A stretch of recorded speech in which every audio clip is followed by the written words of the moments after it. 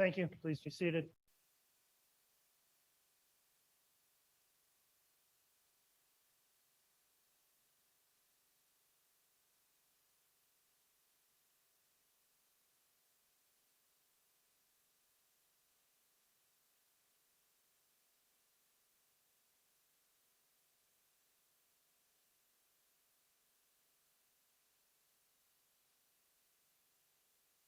All right, good morning, everyone. We're going on the record now in this case. Let me first confirm through our tech people, is the matter being live streamed and is the feed working properly? We get a confirmation on that.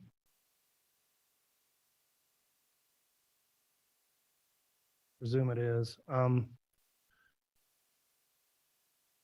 Court Reporter, are you ready? All right. Okay, and I just got a confirmation as well that the matter is being broadcast per the court's order. This is case CR 22-21-1624, State of Idaho versus Lori Marine Vallow, Fremont County case. This is the time scheduled for sentencing today. The defendant is here appearing in person along with her attorneys, Jim Archibald and John Thomas. The state's represented by Rob Wood, Rachel Smith, and Lindsay Blake. At this time, I do want to inquire of counsel from the state who will be making the sentencing recommendation today. I will, Your Honor. All right, thank you, Mr. Wood. And for the defense, who's going to be making the sentencing recommendation? I will, Your Honor. All right, Mr. Thomas, thank you. A couple of preliminary matters before we get started with the substance of the sentencing hearing.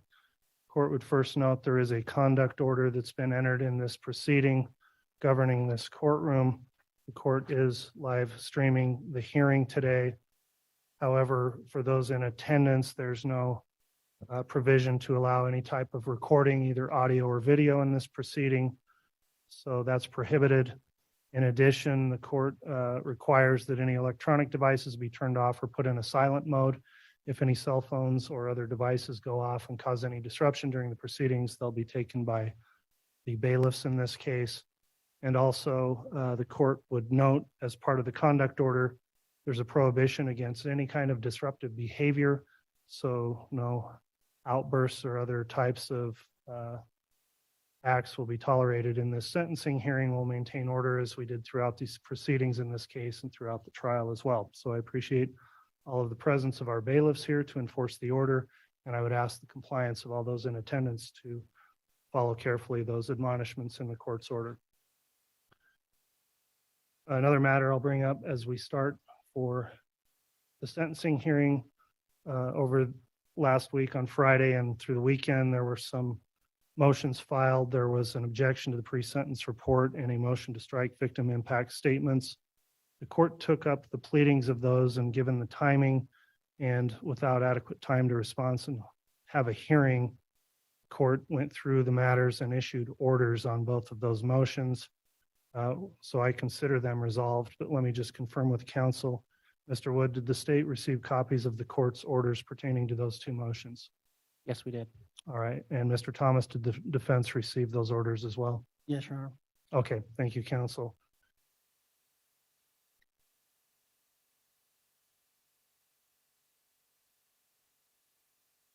All right. We'll commence then with the sentencing hearing today. I'll go through some procedural history of the case first. Ms. Vallow, at the time of your arraignment in this case, which was on April 19th, 2022, you were informed that an indictment had been filed against you by the state of Idaho, charging you with the following crimes: 2 counts of conspiracy to commit first-degree murder and grand theft by deception, 2 counts of first-degree murder, and 1 count of conspiracy to commit first-degree murder, and 1 count of grand theft. At the time of your arraignment, you were advised of the potential penalties involved with those charges, your constitutional rights, your plea options, and the legal consequences of exercising each of those options. You pled not guilty to the charges. Later, during trial, an amended indictment was filed by the state. A jury trial in your case took place in Ada County, Idaho, with jury selection beginning March 27th of this year, 2023. And as I mentioned, during the trial, an amended indictment had been filed. The case was submitted to the jury for their deliberations on May 11th of this year, and on May 12th, the jury returned their verdict finding you guilty of the following counts of that amended indictment. Count 1, conspiracy to commit first-degree murder of Tylee Ryan and grand theft by deception. Count 2, first-degree murder of Tylee Ryan. Count 3, conspiracy to commit first-degree murder of Joshua Jackson Vallow and grand theft by deception. Count 4, first-degree murder of Joshua Jackson Vallow. Count 5, conspiracy to commit first-degree murder of Tammy Daybell. And count 6, grand theft. After you were found guilty by a jury of your peers, the sentencing hearing was scheduled. Pursuant to Idaho law, the court then ordered the preparation of a pre-sentence investigation report, which will be referred to throughout this proceeding as a PSI. And the courts considered that report for sentencing today. The court did order a full PSI, which would include orders for a behavioral health assessment, a mental health examination, substance abuse assessment, and all pursuant to Idaho Code 1925-24. However, you chose not to participate in the pre-sentence process, so much of that information that could have been included for my consideration in the report has not been included. I've received and I have carefully reviewed the pre-sentence investigation report, and a copy of that report was provided to both the state and the defendant through her attorney. I'll ask the state at this time then, was the state able to review the PSI? Yes, we were. Mr. Wood, in that report, and I know it's a voluminous report, 430 pages, but were there any sections or parts of the report that you believe need to be clarified or corrected after your review? Just very briefly, Your Honor, there were multiple victim impact statements submitted with that report. We don't usually comment on those, but just for purposes of the record, in one of those victim impact statements, there was reference made to Tammy Daybell dying by a pillow. On the record, for the purposes of the record, the state has no evidence that that happened that way.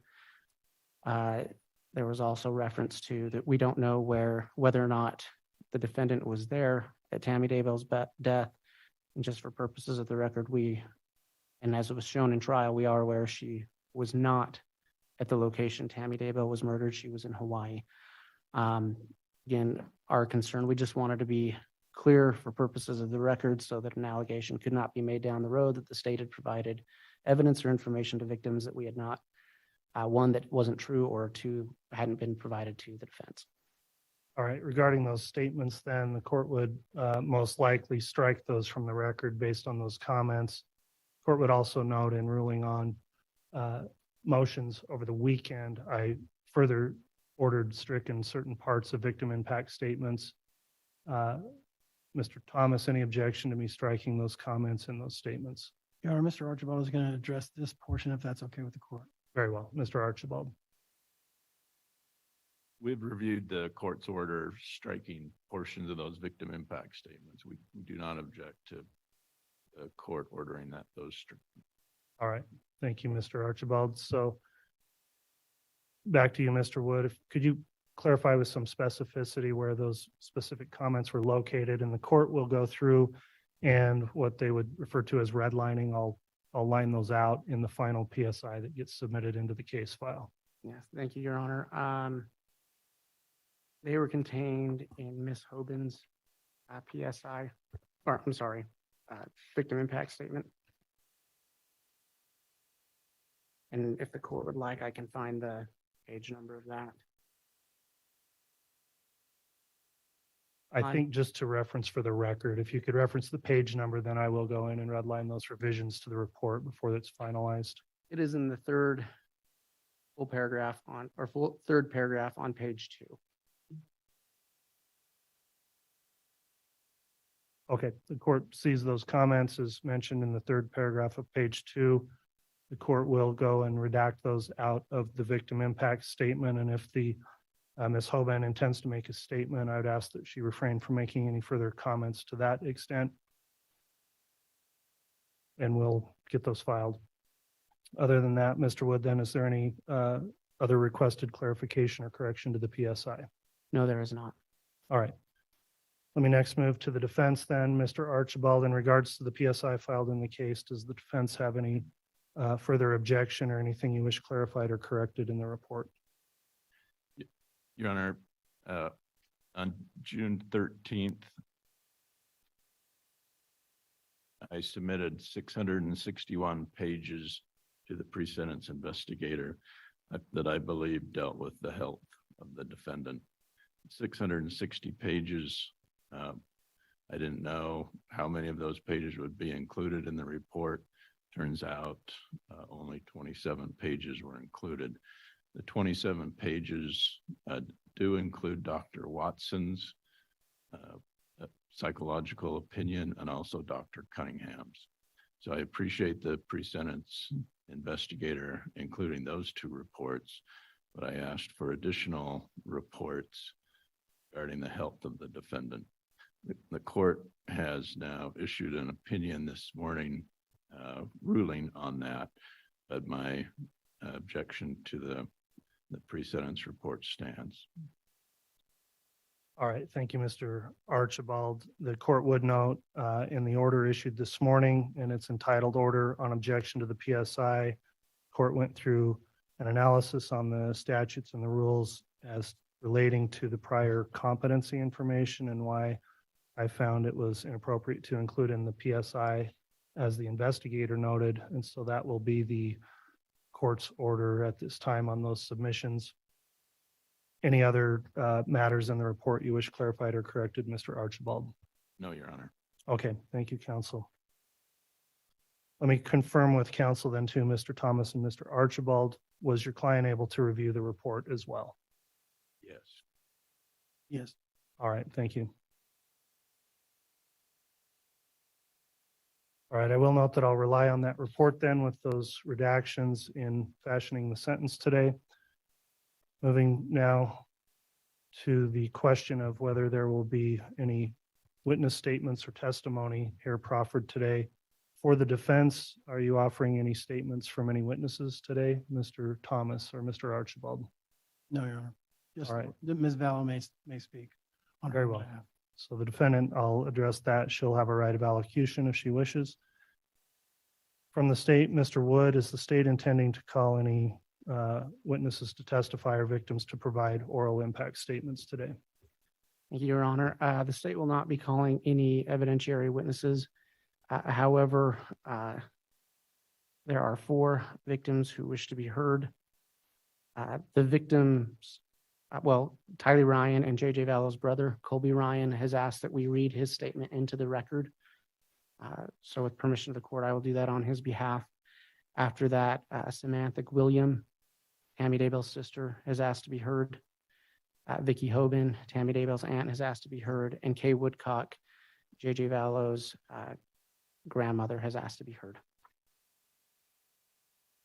Very well. The court has previously determined that these are either victims or designated representatives under Idaho statute to be able to provide statements in this case, given the murder convictions. So the court will allow for them to make their comments today. Let me just indicate then how the hearing will proceed going forward. So first, the court will consider those victim impact statements that may be read into the record or offered by those individuals. After that, I intend to hear the recommendations on sentencing from you, Mr. Wood. Once the state's concluded then making its recommendations, Mr. Thomas, you may make recommendations on behalf of your client, Ms. Vallow. And then finally, Ms. Vallow, if you wish to address the court directly, you can do that after your attorney has done so. So with that in mind, Mr. Wood, I'll start by going through the victim impact statements the state intends to introduce, and you can either read into the record or call your first victim to make a comment at this time. One more point of clarification, sorry. The victims, if they do wish to speak, will speak at the podium over to my left. And I'll note that that is not being filmed for this proceeding, so it won't be shown on the video. That's how the court's arranged the courtroom, just so counsel knows. So, Mr. Wood, if you'd like to either read a comment or have your first victim speak, you can do that now. Thank you. Before I do that, Your Honor, I did neglect to say that Samantha William will also be reading into the record the statement of her father, which was included in the PSI if the court permits. All right, the court will so permit that on your request. And with that, then we would ask that Samantha be allowed to make her statement now. Very well. Ms. William, then if you'd like to come forward and you can provide your statement at that lectern right in front of you. Please state your name for the record as you begin. My name is Samantha Gwilliam. Do you want me to do my father's after mine or do it before mine? It's up to you. I'm going to read his first. This is what my father wrote. His name is Ronald Douglas. He's writing on behalf of myself and my now deceased wife. I would like to share thoughts about the impact of the actions of Lori Vallow on our family. Tammy's death was unexpected and had a profound impact on all of us. We were barely into our recovery process when we learned of Chad's new marriage exactly 2 weeks after losing Tammy. We had no knowledge of missing children until we were visited by law enforcement officers and informed of Tammy's disinterment and autopsy. The drama began to unfold and the reason for the quick burial became apparent. Over the course of the following months, the ensuing revelations of deceit and intrigue caused extreme emotional stress on my wife, Phyllis. We became estranged from the Daybell children and began losing the close relationships we had with them. I'm sure they feel awkward about their father's actions and how Tammy's death was affecting us. We value them as grandchildren and want to keep them close to us. While Phyllis was already battling her leukemia of over 30 years, the emotional stress of this drama seemed to accelerate her declining health. Her remaining months of life were full of strain and heartache. Lori entered Chad's life long before we were aware of any interaction between them. In retrospect, we see that Chad was living a double life and the bonds of his family were being eroded due to his involvement with Lori. The eternal ramifications of her actions are yet to be calculated. Lori needs to pay for her actions according to the laws of mortals. She will still answer according to the laws of God when she passes from this life. Ron Douglas. This is my statement. Over the last few years, I've often thought about what I would ever say to you, Lori. I've often thought about what my sister would have said too. The minute I found out that Chad had quickly remarried after the death of my most beloved sister, Tammy, it confirmed what I had always felt. You see, the minute I received the phone call that she had died, I knew something had happened to her, but I didn't know why I would feel that way. So when we were told by Chad that he had married you and that it had happened 2 weeks after Tammy had been buried, my heart knew. I researched you like any true woman would to find out who you were. What did I find? Lies. Everything about you that you tried to tell others is a lie. Your Honor, at this point, I'm going to object. I don't believe this falls within the statute or within the Idaho Constitution or within Idaho versus Payne. All right, Mr. Thomas, your objection's noted. It's overruled. The court will be able to consider and ferret out these statements and properly consider what's in the record. You can continue, Thank Ms. you. William. We asked, what's her name? Lori Ryan. Well, that was a lie. That was 2 husbands ago. So as I searched, what happened to your previous husband? She told us that he had died from a heart attack. Lie. He died from being shot. I asked, are there children? I was told we will be empty nesters. That's a lie. The police ask us about missing children. You answer, the children aren't missing. They're safe and happy. It's a lie. Your children, your poor children, were dead and buried on Chad's property, and my sister was told was sick and her health was failing. Well, that was a lie. I had seen her with my own eyes 2 weeks prior. She was very healthy. We have to go through her being disinterred and having an autopsy done. Was glad to get some answers and some truth after so many lies. But to find out what we knew in our hearts all along, she had been murdered by those who saw her as an obstacle to a plan. You planned her murder just as much as you planned the murders of your own children and your previous husband. Why? Why plan something so heinous? You had an affair with a married man. You lied to yourself by what is okay to sneak behind the backs of your spouses. You are not exalted beings, and your behavior makes you ineligible to be one. But why pick Chad? He was an average guy and you had married several men before him. He made you feel special and singled out. You tell yourself that you were high spiritual beings who have lived lives together through time. You felt powerful. This is too is a lie. But Chad has no real wealth. How will you live? You can easily have divorced your spouses and made your own perverted life together, but you need money. So you tell this story about people being dark and that they are zombies. This is how you justify who needs to be removed. You use this lie to justify the murders of 4 people whose deaths you profit from. But you could sit there and think, you've never met me and I don't know you. But I've always been able to tell when I am being lied to and you are a liar, an adulteress, and a murderer. Because of the choices you made, my family lost a beloved mother, sister, aunt, and daughter. She is irreplaceable. She was 1,000 times the woman you will ever dream of being. Because of the choices you made, we have been hounded by media and those who revel in all of the salacious scandal you have stirred up. Because of you and your desire to get what you want at any cost, my family has been ripped apart. I helped raise Tammy's children. And because of you, they no longer have their mother or grandmother. And because of fear of losing another parent, they listen to the lies spewed by you and Chad. Our relationship is strained and most contact with them is gone. Your trial was the last thing my ailing mother had to live through. She declined in health as she heard through news reports all of the horrible things that happened, and she had to relive all the things we have tried to forget the last 4 years. My mother passed away in June, knowing that you will never come out of prison again. Her passing was marred by the fact that Tammy's children chose not to participate in her funeral because of fear of causing more drama. We were deprived of the chance to heal and have them realize how much we love them. We don't blame them for what happened, but we blame you and Chad for all the lies you've told and ripping apart this family. We didn't do anything. My parents are not evil. They did not deserve to lose their grandchildren on top of losing their daughter. I did not deserve to lose the relationships of children I helped raise, or a sister that was my dearest friend.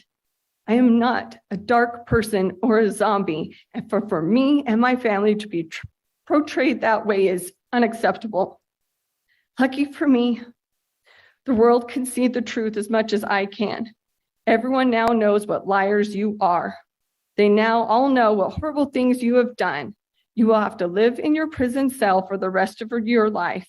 You are not an exalted being, and there's no huge event that is going to save you.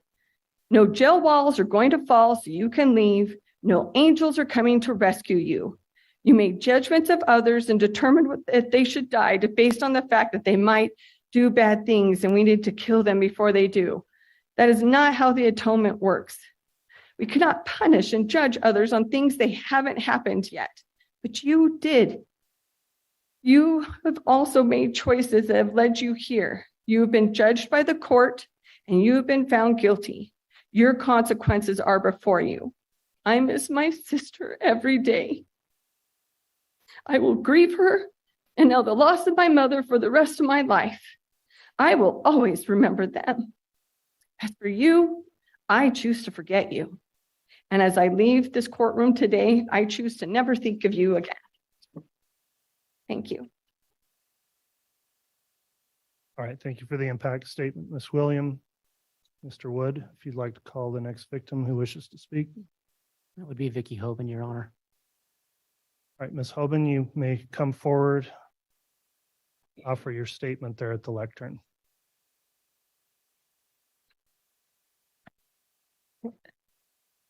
First, I'd like to thank the court for allowing me to give a statement here today.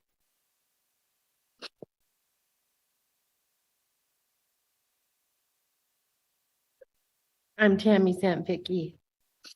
I was able to attend a big part of this trial, and so my first comment will be to address what I felt the defendant's behavior was. I felt she was shameful during the trial. It was apparent to me and others that the defendant did not take the proceedings in this courtroom seriously. It was extremely disrespectful to watch, especially during some of the most sensitive and heartbreaking testimony. Her smirking, her smiling, giggling, talking. Judge, I'm going to object based on state versus Payne, based on the Idaho Constitution, based on Idaho Code 1953-06. She's supposed to give an impact statement, which the defendant's criminal conduct had upon the victim. Payne states that the victim impact statement must relate to the characteristics of the victim and the emotional impact of the crime on the family. We have a brief sidebar with Mr. Thomas and Mr. Wood.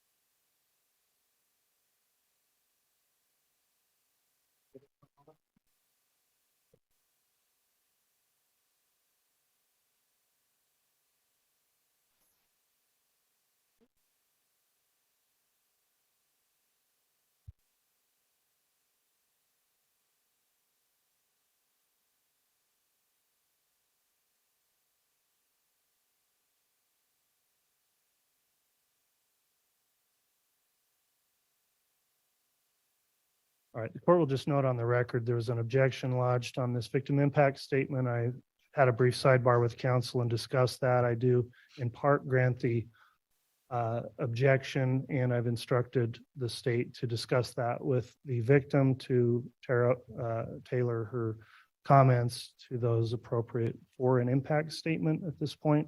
So, Mr. Wood, I gave you an opportunity to discuss that with Ms. Hoban. Ms. Hoban, if you're ready to continue, apologies for the interruption, but we want to make sure the record's followed carefully here. Thank you.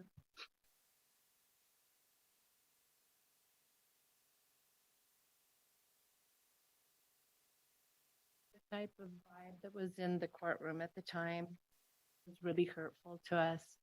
We were unable to be in our feelings and listen to the testimony without having extreme emotion.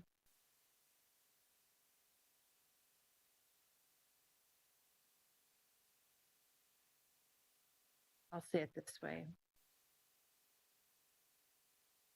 This was a woman who had killed her own children and was on trial for doing that and for killing Tammy, and felt that she could have had more respect for the family members in the courtroom. Tammy was a most excellent person, and she led her life with the utmost dignity and was beloved not only by our family, but by the community at large. There will be a huge void, and this is Tammy's story, and therefore it's part of our family history. This statement will not be about Lori, will be about Tammy because it's her story. It's her life that was taken. She was a mom, a grandma, a daughter, a sister, a niece, a cousin, friend, and yes, she was a librarian. But more than a librarian, she was a teacher. She loved her job and went above and beyond for her students, her last days filled with preparing a book fair for underserved children. I'm sure when she arrived home Friday, October 18th, 2019, she was very tired from a long day and the hours at school. As she got into bed that night, I would imagine she was thinking the same thing as every other night. Nothing more than getting a good night's sleep once her eldest had checked in from his late night job. She had no idea what the plan was for that night, or what had been the plan for quite some time. Unbeknownst to her, there had been quite a bit of discussion about how to get rid of the obstacles that Lori had. Lori had already killed 2 of her children. Tammy was next on her list of obstacle removal. Lori wanted money, sex, and more power, and what Lori wants, Lori gets. The plan was in place on how to get it. Instead of a good night's sleep, Tammy was brutally executed in her own bed. She was taken from us by murdering thieves. Lori sits here convicted and prepped for prison. And let's be honest, the only question left is for how long? But Tammy was robbed of her entire life. And all of her family robbed of ever seeing her again. Never will she whisper a joke with a friend and laugh. Never see another sunrise or a sunset. Never smell fresh rain or see her grandchildren stomp through a mud puddle. Never to hear being called grandma or mom. Not another birthday, Christmas, birth of a grandchild, graduation from preschool. No seeing pictures of prom, first dates, or weddings. No searching for something fun to do or growing a garden. Never attending one of our families just for the girls' lunches where we reconnected from all over, laughed about the good old times, and the funny way that Grandma Cooper took pictures. And then we'd take photos with each other that we would compare at the next lunch.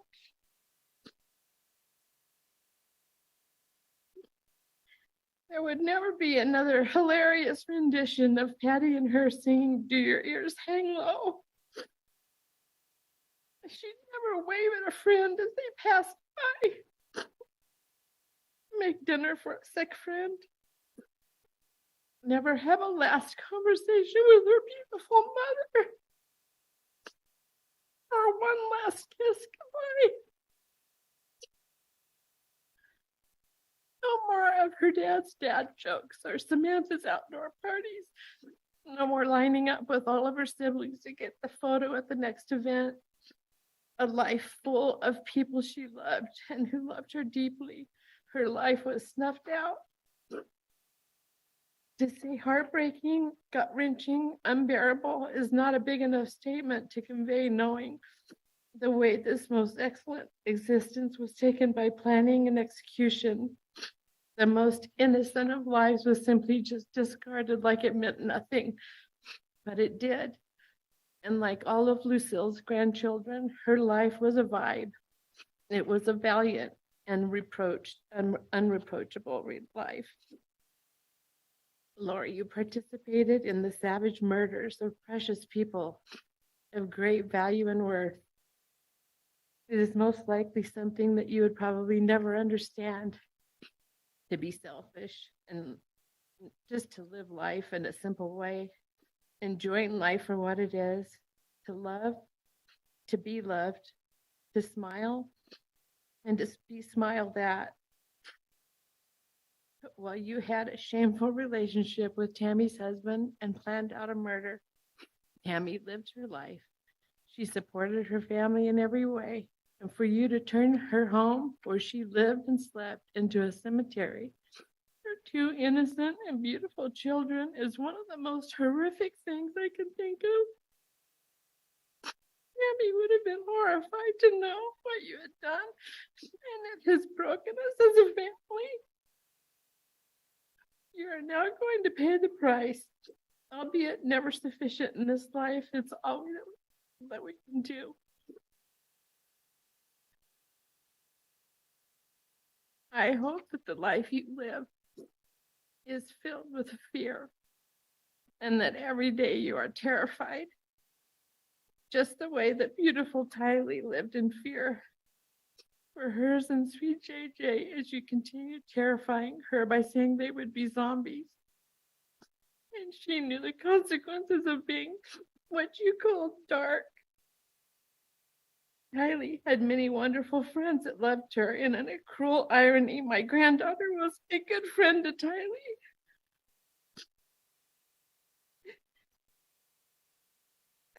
This friend group can still to this day not speak of Tylee freely. They are so stuck in their grief and sadness for their friend who is savagely brutalized and murdered at her mother's hands. It's unconscionable to them, and the grief is still overwhelming. In closing, I would like to thank all of the law enforcement, the FBI, the investigators, the prosecutors, the administration. Everybody has worked so diligently on this case. I especially want to thank those who had to see those things that can't be unseen. We understand your pain also, and grateful for the many, many hours of hard work and dedication and the search for the truth. Thank you, Judge. I trust that you will do the correct penalty for this. Thank you. All right, Ms. Hoban, thank you for your impact statement. Mr. Wood. The next victim will be Kay Woodcock. All right, Ms. Woodcock.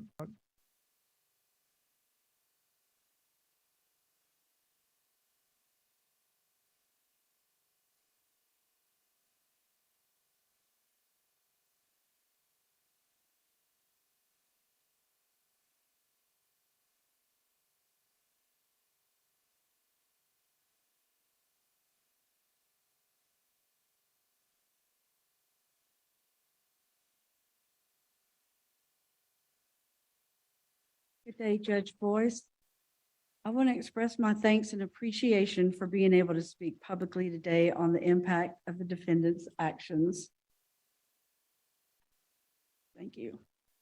80, 1401, 1481, 1, 72, 1536, 0, 52, 8, 72, 319, and finally, 1 million. These are more than just numbers and very important numbers and will make sense as I continue. 80 days ago, on May 12, 2023, the word guilty was read for each of the charges inmate Daybell is being sentenced for today. Guilty, the word cemented what I had known for 1,401 days, was returned by the jury. The jury devoted their time, energy, and dedication to deliver justice for JJ Tylee and Tammy for every single heinous crime charged. Our family is eternally grateful for their sacrifice. Justice would not have been possible without the time, perseverance, and tireless work every member of multiple law enforcement agencies, prosecution team, court personnel, and the court. Our appreciation and thanks can never be expressed in a way that will adequately or effectively convey our gratitude. Today marks 1,481 days that have been filled with terror. One was the day my brother Charles was murdered. It took over 30 hours for the defendant to finally send a cold-hearted text to Charles's sons, informing them that their father was dead. No phone call, no explanation as to how, when, and where. Colin Zach immediately called me, hoping this was a cruel joke. Your Honor, I'm going to object as this has nothing to do with this case. It's overruled, Mr. Thomas. Thank You can continue, Ms. Woodcock. This was the beginning of her cruel campaign of terror, a campaign that resulted in the deaths of JJ and Tylee, two innocent children, and Tammy, a devoted mother, grandmother, and wife.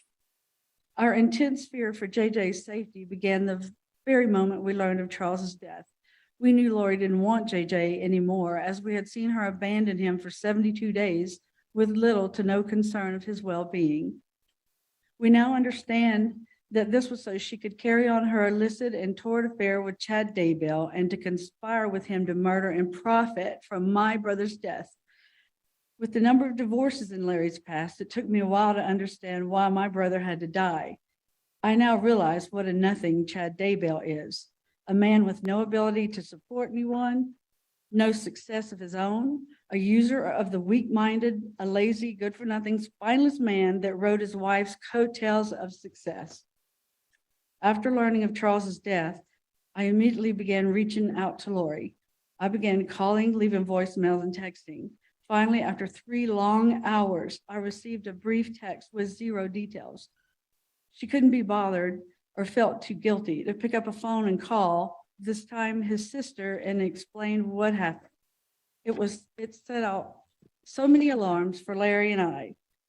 Within minutes, we were on the phone with an Arizona detective learning the horrifying truths of my brother's murder. This all began with greed, the greed for and desire for a $1 million life insurance policy. She should have answered my calls. She should have spoken to me. I would have given her the money. She could have let JJ and Tylee live and had $1 million. She could have been free to be Chad's mistress and foot the bill with the money from spilled blood. JJ and Tylee could have been with us living happy lives. Instead, she took all that away, all because she is a money-hungry, power-mongering monster. We flew to Arizona the next morning and were finally able to meet with the detective shortly after. We learned the frightful details of my brother being ambushed by Lori and Alex. I know my brother, and what we were hearing made no sense to the kind, gentle, and generous and loving man we knew him to be. After hearing the details, our immediate concern was JJ's safety. We had no legal rights to JJ. This simply left our hands tied. We were powerless then and have felt overwhelmingly powerless since. It is the most unwanted and terrible feeling to be in that position. I pray no one ever must deal with this type of circumstance. I wouldn't wish it on my worst enemy. I would say not even Lori or Chad, but their evil and malicious plans are why we are here. She has shown no grief for the lives she willingly took or the pain she caused. Today, I take the power back by standing here speaking out loud of all the pain and loss she caused. I pray that my words will assist you.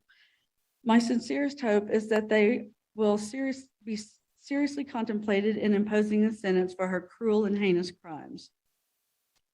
During the trial, a lot of information was shared about JJ's death. Today, I want to share how he lived. That is truly the only way to understand and know who he was and the gaping hole his death has left in our hearts and in this world.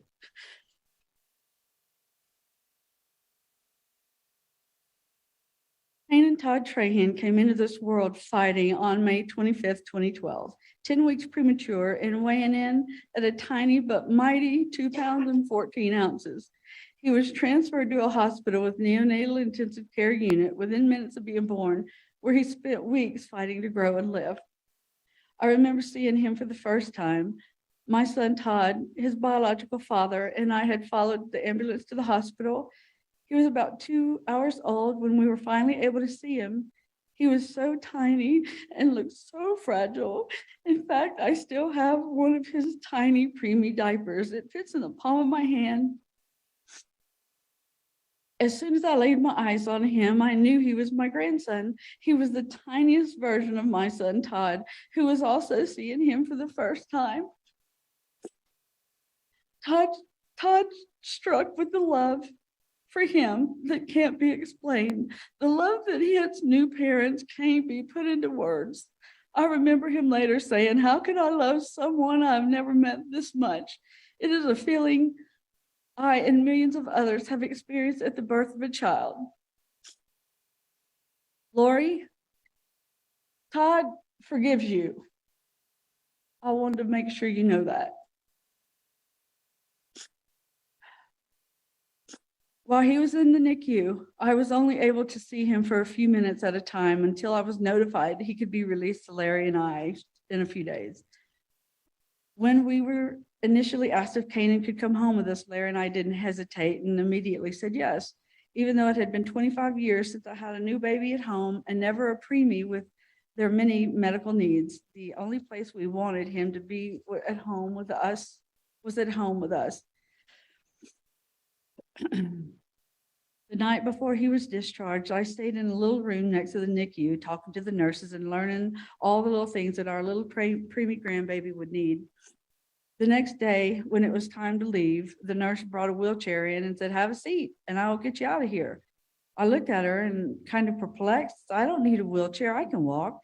She gave me a smile and a little chuckle and then let me know it's hospital policy for discharged babies. So I sat in the wheelchair, took Kanan in my arms, and was wheeled out of the hospital just like a new mama. I felt so much pride for this little baby who had not only overcome being born 10 weeks early, but also being born with illicit substances in his tiny little body. He was healthy and ready to come home well before he was expected, and my pride in him knew no bounds. We knew then that he was a champion and oh so very special. That day began an amazing experience of raising our cherished little man. His first night home, as I bathed him, he cried so hard, and I cried right along with him. My heart was so heavy with all that he had been through in just the few short weeks since his birth. After his bath and still crying, my husband Larry, who JJ called Pawpaw, asked me to hand Kanan to him. He placed our baby Kanan on his bare chest and wrapped his robe around him, gently breathing on his head, rhythmically patted his back. Larry kept patting and breathing warmth onto the top of his head until he finally relaxed, stopped crying, and fell asleep. This became a daily occurrence, part of our routine. He would hold him for hours so that Kanan would feel loved, comforted, and secure. I saw my husband in a new light.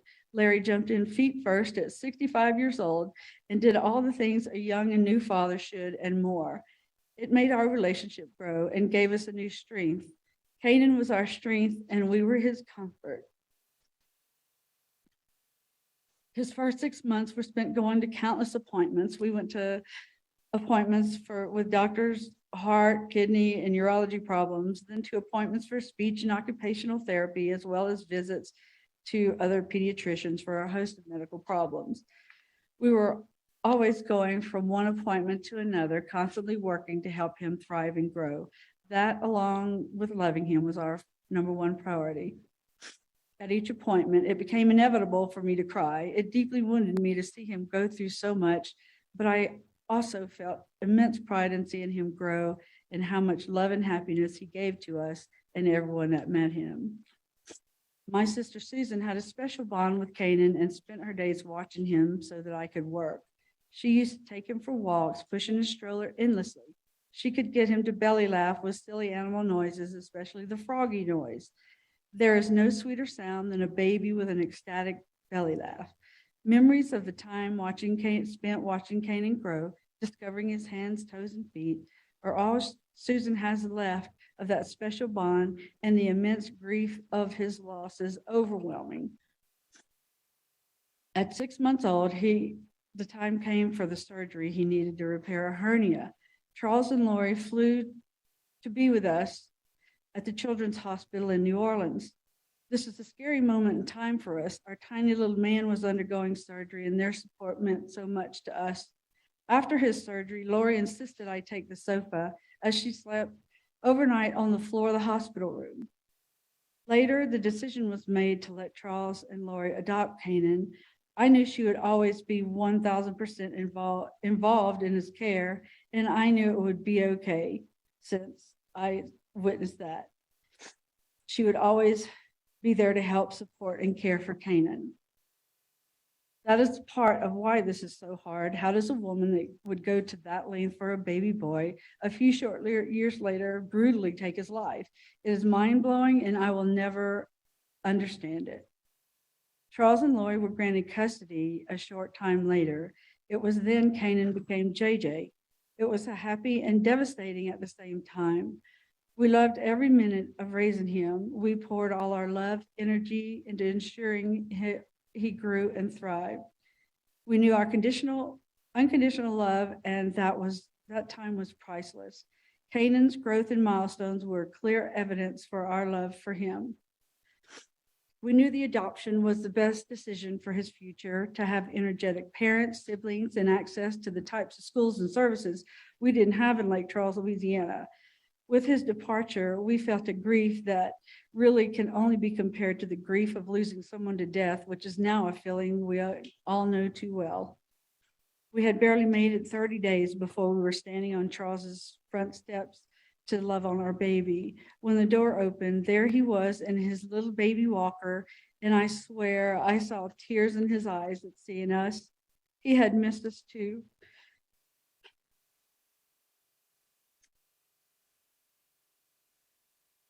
Before I could take a step, Larry swooped him up in his arms, and at 11 months old, JJ wrapped his tiny arms around Larry, laying his head on him. There it was, the connection. It was still so strong.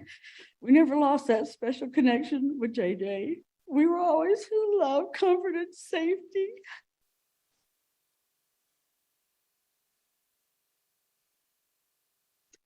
JJ's adoption was final in July of 2014, and Charles and Lori moved with the kids to Hawaii, living in a house that backed up to a closed golf course, and it was perfect for JJ. It was like having the biggest backyard ever, and it was heaven for him. He would go outside, and he would run and run and run and run, and I ran and ran to chase him and catch up to him. Somehow, he never, ever ran out of energy. JJ also had no fear, and everything was an adventure. He climbed on everything, and he could do it in the blink of an eye. We have pictures sent from Charles of JJ sitting on top of refrigerators and cabinets with a grin on his face. Listening to testimony during the trial and hearing the defendant claim to others that he turned into a demon for doing what he had always done devastates me. How dare she take his energy and adventurous nature and turn it into a reason to further her murderous conspiracy? We would visit Hawaii every 4 to 5 months and stay 10, 14 days. We needed to soak up as much JJ time as we could. On one trip in the winter of 2015, JJ stayed home with me while Charles and Lori went to church. I was making a big pot of gumbo. I had to bring a little bit of Louisiana home cooking to Charles, and JJ was excited to help me. We pulled up a stool. He poured ingredient after ingredient. I can still see him standing next to me pouring chicken broth in the pot. Afterwards, he climbed on the counter and just watched, taking it all in. It is a memory that I will always cherish and dearly hold on to. During our visits with Charles or Lori, Charles or Lori would comment on how JJ would do things with us that were in stark contrast for them. He always awoke at the crack of dawn, never sleeping any later. However, when we would visit, we would have him sleep with us. JJ would ask Pawpaw to pat his back, just like when he was a baby, and fall asleep. He would sleep until 9 or 10, which astonished them. There was never a doubt he had an innate and unbroken attachment to us. Each visit, no matter where they lived, Lori always expressed her deep appreciation that we gave them the greatest gift ever in JJ. Lori loved to entertain and have family visit, ours and hers. She invited family and friends to Hawaii and friends from Hawaii to Arizona. 0 is the number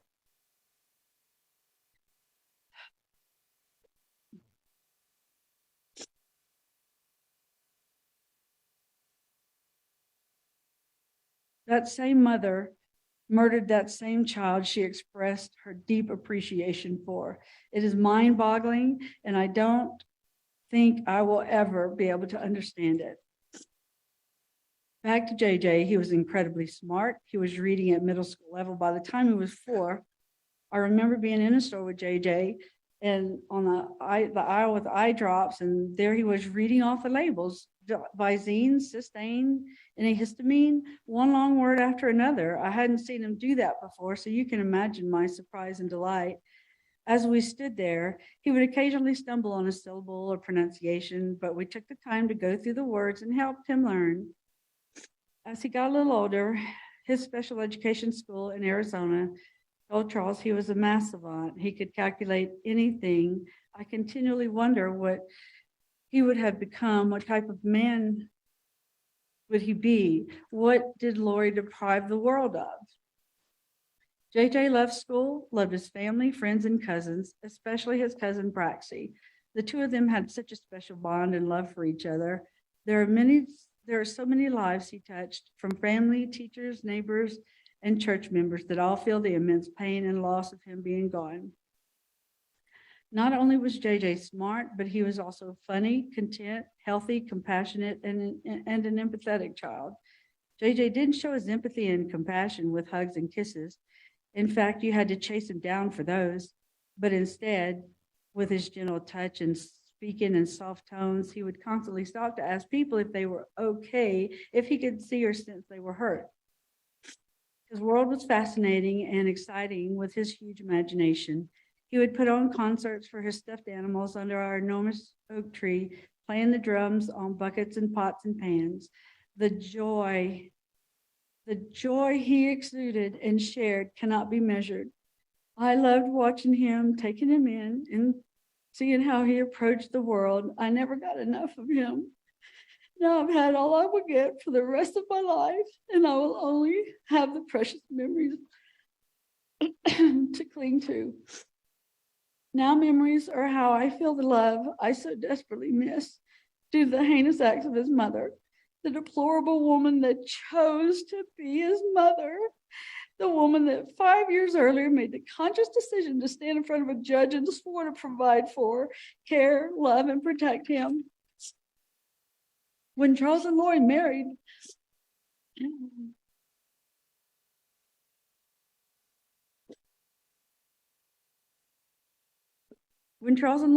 Tylee was 3 years old. She was the most precious, blonde-haired, blue-eyed little girl. There was never any doubt that Tylee was an absolute mama's girl. When she was little, she adored Lori. I was thrilled to have a new niece, especially one as sweet as her. While Charles and Lori lived in Austin, we visited frequently. On one of our visits, we passed a roadside stand selling swings made from old tires. I saw one that had been made into a horse, complete with a saddle and stirrups. I grabbed Larry's arm and said, "Stop, we have to get that for Tylee." Her brother Colby and stepbrothers Cole and Zach were always around her, and she needed something girly just for her, and she loved it. As a big sister, Tylee would put notes on her bedroom door, one of them being, "Do not enter." And as you can assume, even though JJ could read and understand the notes, it didn't mean he listened. After all, isn't that what little brothers do? He would storm into her room and she would laughingly tell him to get out. I think she did it on purpose, just to tease and play with him. It was hilarious to see them interact and warmed our hearts seeing them together.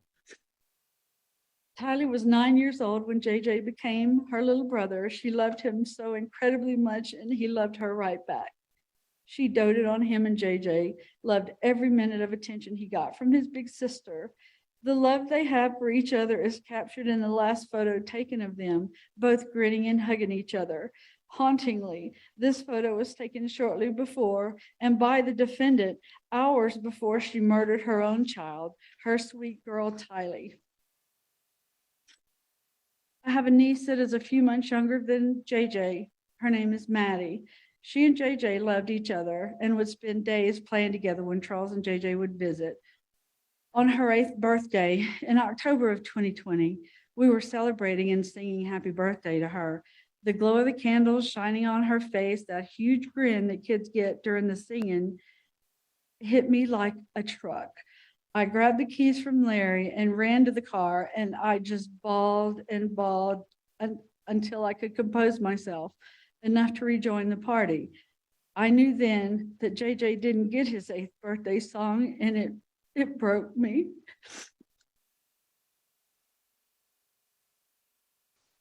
$1,536. That is how many days it has been since I've seen JJ, and how many days since I was able to see that same candlelit glowing grin and for being sung happy birthday.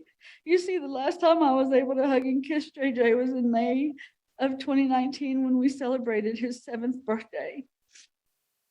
It is just so wrong. He didn't get to have that joy and feeling of love of another birthday because his mother is greedy and his life was expendable to her. We never know when one of those moments are going to hit, but I can tell you that there have been too many situations in the past few years where we get slammed with the fact that JJ won't hit another milestone in his life, all because his materialistic, self-centered mother cruelly and brutally stole his life and him from the world. Lori's acts of depravity, cruelty, and betrayal have no limits. She murdered and stole JJ's daddy from him on July 11th, 2019. Next, she was trying to sell Bailey, JJ's adored and cherished service dog, his shadow and his best friend. When caught, she was confronted and forced to give Bailey back to his original trainer. I can't imagine how that impacted JJ. Bailey went everywhere with him and provided him so much security and happiness. 52. That's how many days after Charles's death she waited, continuing her trail of destruction by taking JJ away from his home, his family, his school, his sense of well-being and normalcy by moving to Rexburg. JJ and Tylee were isolated and deprived of everything and everyone they knew and loved. 8. That's how many days later until another act of treachery with the murder and desecration of Tylee. The immense sorrow I feel in thinking of JJ's last days and week cannot be measured. How did he cope with the shockwave of change, confusion, and chaos? Being autistic and just a child in general, he thrived and excelled with his routines and schedules, and nothing was routine at that point. How much grief and fear did he experience? The loss of his dad, his world was upside down. During those 2 months, I continually asked, to the point of pleading with Lori to let us visit JJ. She only agreed once and then canceled. The trip was for JJ to attend Charles's memorial services back home in Louisiana. Our FaceTime calls, something that had been the norm, were cut shorter and shorter until our last call on August 10th of 2019 that lasted for 35 seconds. This all started with her greed. Her greed for a $1 million life insurance policy and her lust for Chad. 72 days, that is how many days it took Lori to take everything from JJ. He lost his dad, his home, his best friend Bailey, his beloved big sister, and his life, all in 72 days. My sister said it best. My sister Susan said it best. She killed him slowly by taking away everything that mattered. The following 9 months were pure hell. Nothing else can describe the feeling of not knowing where the children were. We were continually learning more about the evil that the defendant was involved with, and our fears continued to mount daily. 319. That's how many days from the last time we were able to FaceTime with JJ until the moment we learned the children had been found in Chad Daybell's backyard, buried like animals. When the call came, a sound escaped me that only can be described as guttural. Our worst fears were confirmed and we were destroyed. The grief my family and I have endured is immeasurable. Lori cruelly took my big brother, Charles, my adorable grandson, JJ, and my beautiful niece, Tylee, and sweet Tammy, whose family I've come to know and love.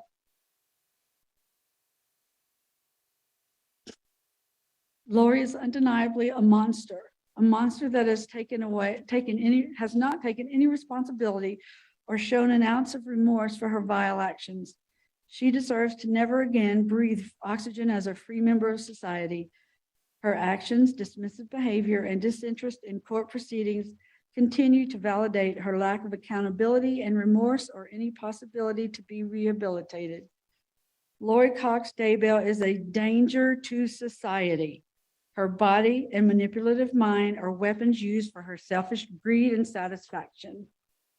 We firmly believe that she has zero mental I'm sorry, illness. Your Honor, I'm going to have to object. I think the court ruled on this particular portion of her statement. I'm going to ask that the court enforce that. Give me a moment. Let me review the Very good, Your section Honor. of the written PSI in the court's previous order.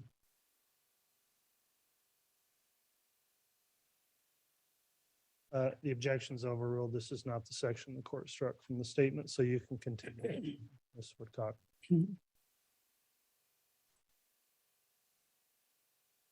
We firmly believe that she has zero mental illness that drove her to commit these heinous acts.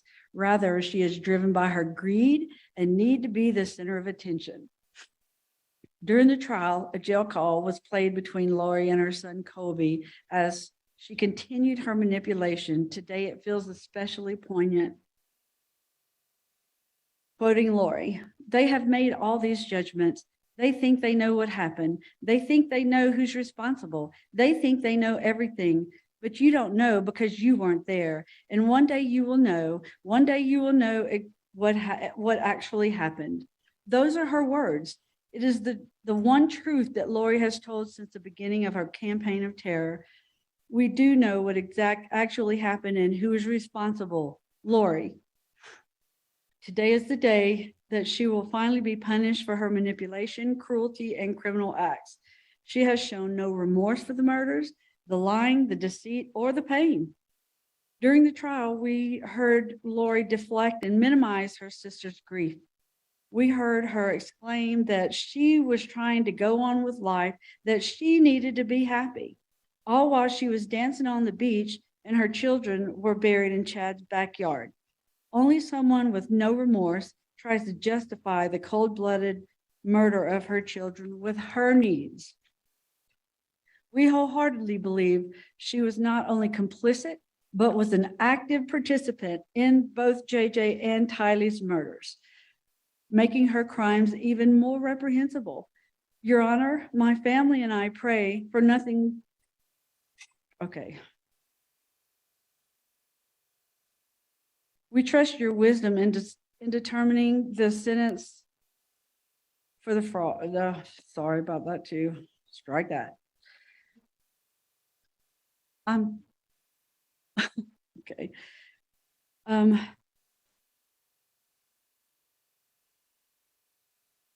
We believe there should never be a reason for her to be released from prison. She deprived JJ, Tylee, and Tammy of that right and should never be given what she so easily took from them. I'll leave with two final numbers. 3 for the 3 people who were murdered, who we will never forget.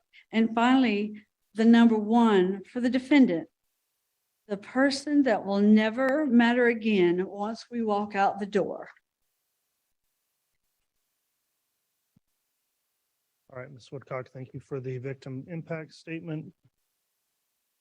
Mr. Wood, are there any other statements to be offered into the record? Yes, Your Honor. We have been asked to read Colby Ryan's statement into the record, and so I'll do that now. Very well. As the older brother to Tylee Ryan, JJ Vallow, and the son of Charles Vallow, I want to say the generations have been affected by these murders. My children will never know their uncle, their aunt or grandfather, or even their own grandmother. Tylee and JJ brought so much light into this world. With their lives being stolen, I would like to share this. I believe that nothing could or will ever be the same. Tylee will never have an opportunity to become a mother, wife, or have the career she was destined to have. She will never be able to have the life she deserved. JJ will never be able to grow and spread his light with this world the way he did. He will never have a chance to grow up. My girls will never have a chance to know them in this life. My siblings and father deserve so much more than this. I want them to be remembered for who they were and not to be just a spectacle or a headline to the world. Tylee was sweet and kind, funny and bold, and she deserves to be seen as such. JJ was the most fun, sweet, and silly kid I'd ever known, loving and so smart. He deserves to be seen as such. Charles was a loving, kind, and generous father, and he did everything he could to help and provide for everyone around him. He deserves to be seen as that. This has affected me personally more than I could ever possibly put into words. I've lost my entire family in life. I lost the opportunity to share life with the people I love the most. I've watched everything crumble and be shredded to pieces. I have lost my sister, brother, father, and my mother. I've lost cousins and family, friends, and everything in between. These murders have changed everyone's life who loved these beautiful people, but I still know that God is above holding them in his arms and will provide a life after this to reunite. I pray for healing for everyone involved, including those who took the lives of all the ones we love. Thank you.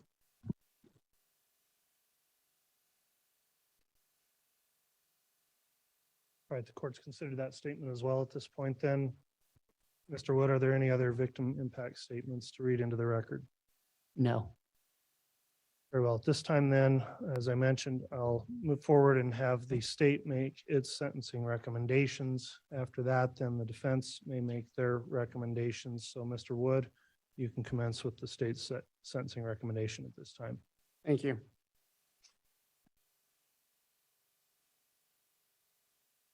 Your Honor, I want to start with the question. What is the value of a human life? What is the value of the life of a 16-year-old girl with her life ahead of her? What is the value of a life of a 7-year-old boy with special needs?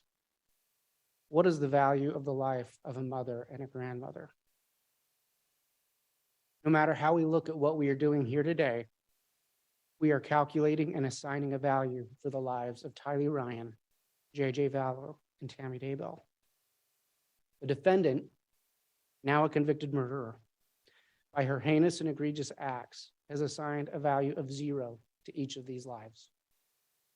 The sentence imposed by the court today will represent the value that our community, through our court, places on the lives of these 3 victims. To the people of Idaho, this day should be more about the victims than the defendant. This court has multiple factors it must consider today, including the sentencing factors found in Idaho Code 19-2521. Justice requires the court to view all of the factors it will consider through the lens of the value of the lives of Tylee, JJ, and Tammy. We echo the sentiments made by the victims or in the victim impact statements, and we just briefly speak about these immediate victims. Tylee Ryan was born on September 24th of 2002. She was murdered between September 8th and 9th of 2019. People who knew her called her witty, charming, intelligent. She'd received her GED in order to graduate early. We know she often cared for her brother. In evidence, we had videos of her with him, and she would call him my JJ. She loved Hawaii. She loved the beach. She had friends and family who loved her very much on both her father and her mother's side. Her father was Joseph Ryan, who predeceased her in 2018. Her older brother is Colby Ryan, with whom she shared a special bond. After Joseph Ryan died, Tylee, as this court knows, was the recipient of Social Security benefits. And she actually shared a lot of those with her brother Colby, because that's the type of person she was. In serving search warrants, we accessed her Instagram account, where we learned that she was intensely loyal to her own mother. From her finances, we know she was a typical teenager. She liked to have fun. She was also independent and responsible. JJ Vallow was born May 25th of 2012 and he was murdered between September 22nd and 23rd of 2019. As we heard earlier, he was initially born as Canaan Todd Trahan in less than ideal circumstances and was initially raised by his grandparents. He was then adopted by the defendant and her husband, Charles Vallow. He was loved by his family and friends. He loved to travel. Tammy Daybell was born May 4th, 1970, and she was murdered on October 19th, 2019. She was a mother of 5 children, and she's now a grandmother. She was a school librarian and educator. We know from her phone and from witnesses, she loved her children intensely. She was physically active, and she was kind. This court laid out the procedural history of the case. I'm just going to briefly touch on some dates that are important to the state and we think are important in terms of sentencing. The defendant met Chad Daybell in October of 2018, and within a year, her husband Charles Vallow was dead, her children were dead, and her boyfriend's wife was dead. In late August, early September of 2019, the defendant moved to Rexburg with Tylee and JJ and her co-conspirator and brother Alex Cox. Tylee was last seen on September 8th, 2019, and JJ was last seen September 22nd, 2019. Tammy Daybell was last seen on October 19th. On November 5th, barely more than 2 weeks after Tammy was murdered, this defendant married her co-conspirator, Chad Daybell. November of 2019, Rexburg police were contacted regarding a Jeep that was involved in a shooting in Maricopa County, Arizona. Later that month, JJ Vallow was reported missing, and an investigation was furthered into Tammy's death, and law enforcement became aware that Tylee was missing. On December 12th, Tammy Daybell was exhumed. The next day, Alex Cox, one of the defendant's co-conspirators, died in Arizona. At the end of that December, the search for the children became public, and there was no response from the defendant or her co-conspirator. In January of 2020, the defendant was served with an order to produce children, and there was no response. Charges were filed for abandonment of minor children. And I want to be clear, the defendant had a right to silence. She did not have a right to disobey the order of the court to produce the bodies of her children. The Rexburg Police, the Fremont County Sheriff's Department, the FBI, and the Idaho Attorney General's Office devoted thousands of hours of work into looking for Tylee and JJ and to investigating the death of Tammy Daybell. On June 9th, 2020, Tylee and JJ were found in the defendant's husband's backyard.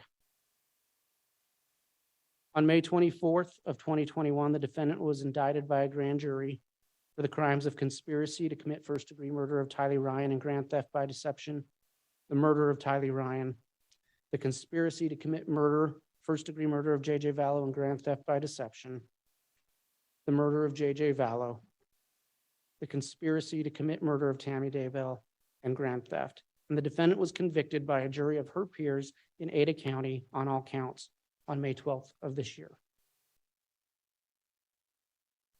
This court is required to consider the factors in Idaho Code 19-2521 subparen A in sentencing. And that particular statute reads, the goals of sentencing include the primary consideration of the protection of society, followed by the possibility of risk reduction through rehabilitation, deterrence of the individual and the public generally, and punishment or retribution for wrongdoing, and the impact on the victim. I want to talk about protection of society.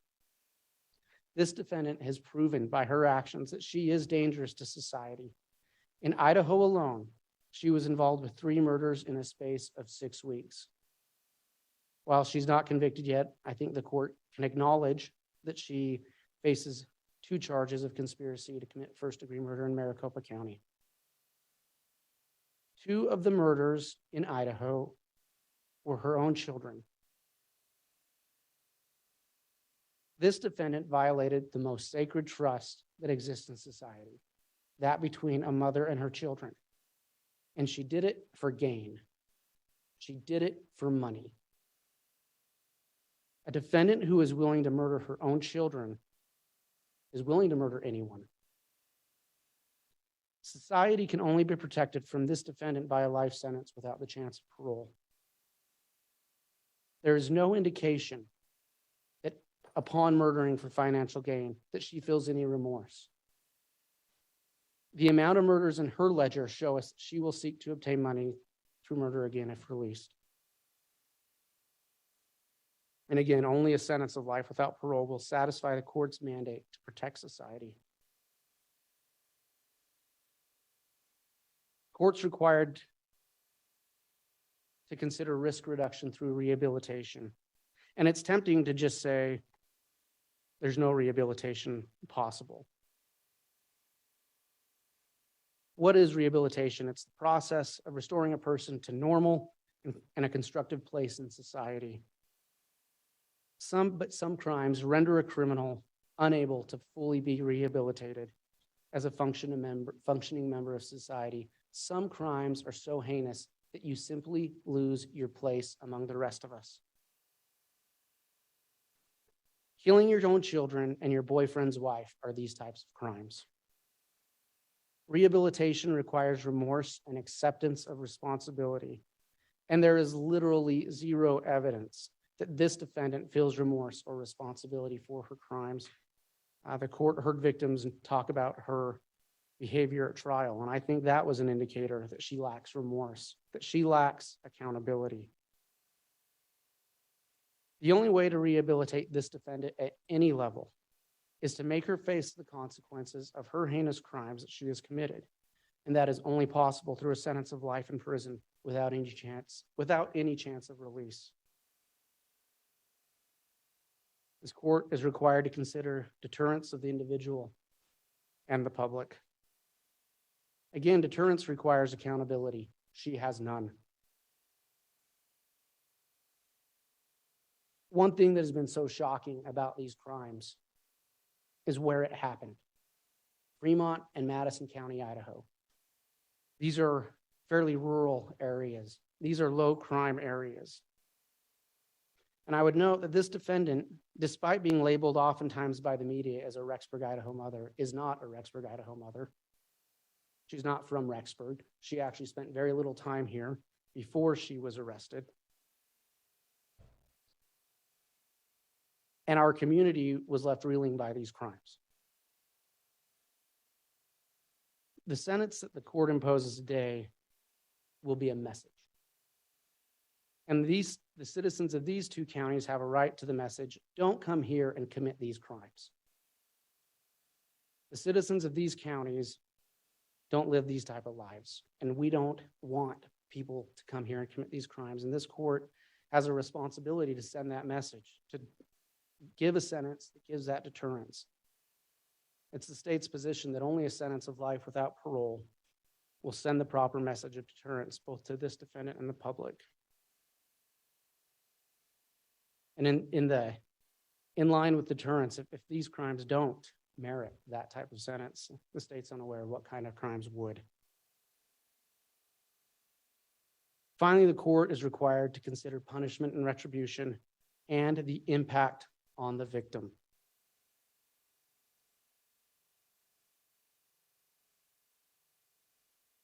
The obvious impact of the defendant's crimes against Tylee Ryan, J.J. Vallow, and Tammy Daybell was death. And we can't ask Tylee, J.J., and Tammy about that experience because they're gone. They don't have a voice. We can't ask them what it felt like to be murdered. We can't ask them about the impact of their last moments. We have to instead look at the evidence and glean what we can regarding the impact of the murder of Tylee, JJ, and Tammy. This court sat through a trial. This court saw the same evidence that the state saw, that the defendant saw, the jury saw. This court was the custodian of that. And so this court has seen how horrific these crimes were.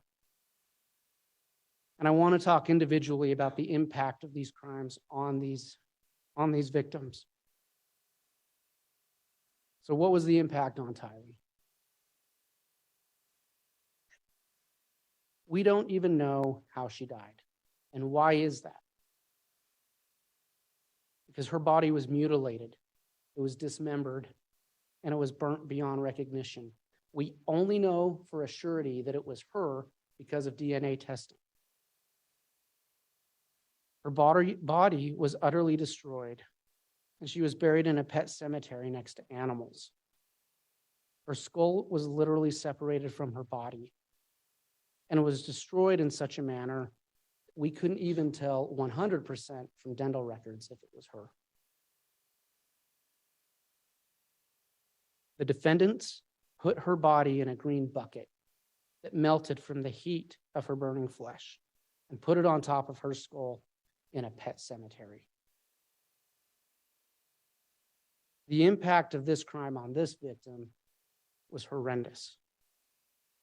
We know she had puncture wounds in her pelvis, and we know from the testimony of Dr. Christensen at trial that those puncture wounds were received at or near the time of death, and they were consistent with stabbing, but not consistent with dismemberment.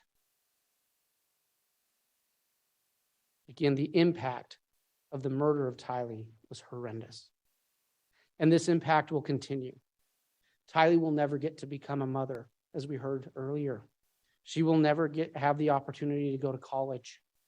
She won't get to choose a career to satisfy her curiosity or make any of the other decisions that young adults get to make for themselves.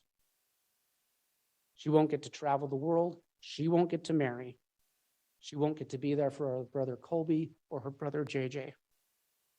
She won't get to spend time with her other family members. The impact of murder never ends. So the defendant's sentence must last equally as long. I want to talk about the impact on JJ Vallow. Again, we can't speak to him, but we've seen the evidence. We know that he died from asphyxiation from duct tape in a plastic bag wrapped around his head. The evidence showed that there was a struggle. And what was the impact on that little boy's mind as he fought for his life? His last moments must have been filled with fear and betrayal. And what is the impact of being buried like a piece of trash rather than receiving a proper burial? This defendant and her co-conspirators showed a callous disregard for human life by the demeaning way they treated his and his sister's bodies. Similar to Tylee, JJ will never get to grow up. He will never be able to reach his potential. He won't spend time with family, friends, and loved ones.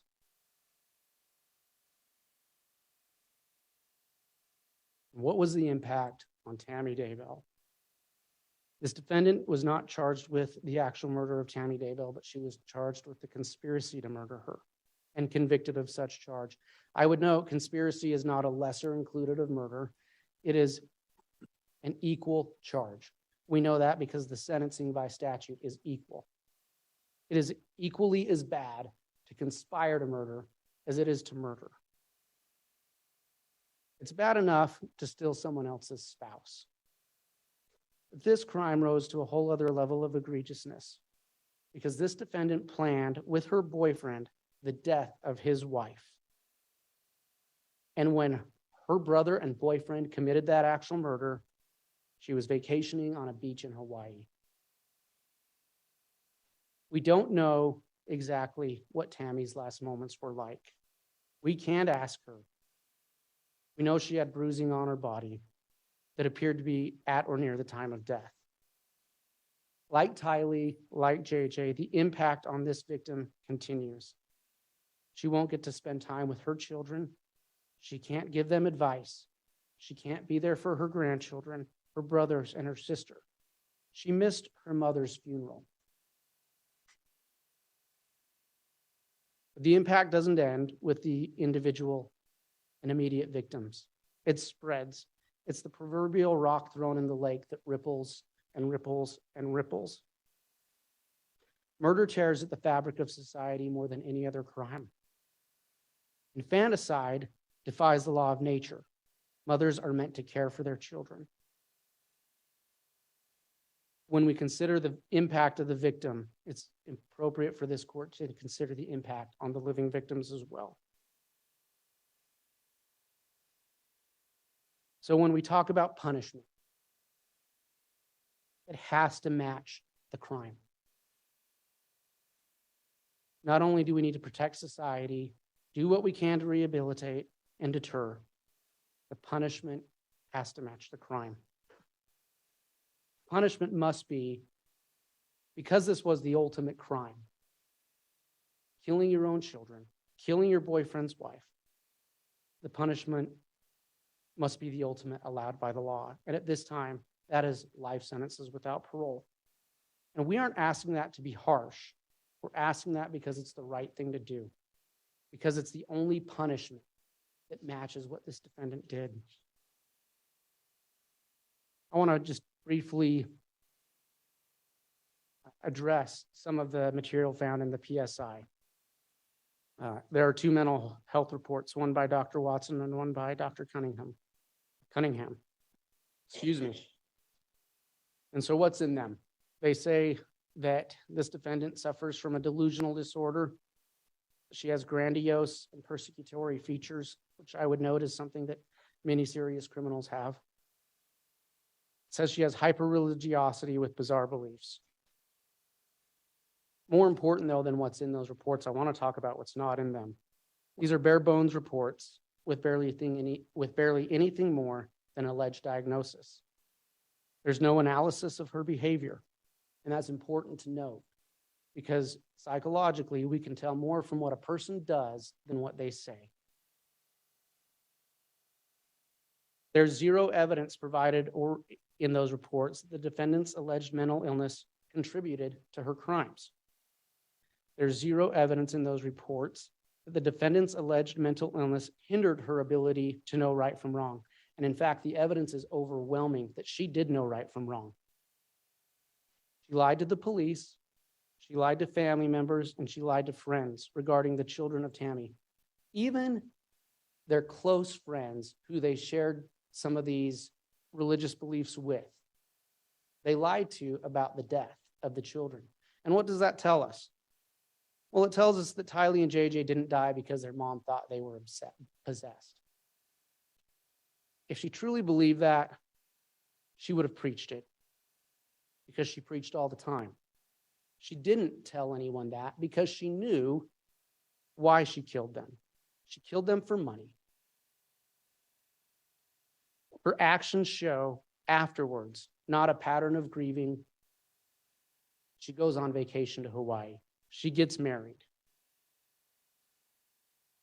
In those reports, there's zero evidence provided of the defendant's mental state at the time of the crime. And again, all evidence shows that she was highly functioning at the time these crimes were committed. There's no evidence that she wasn't able to provide for her food, clothing, shelter, transportation. Again, she arranged a marriage. She arranged living in Hawaii. Again, and further in these reports, there's no prognosis other than there is one prognosis that states the defendant will make a positive adjustment to prison. Well, that's good because that's where she belongs and that's where she needs to go. Other than that, there's no treatment suggestions or discussion of possible treatment. Again, we'd ask this court to look at the defendant's behavior more than anything she says.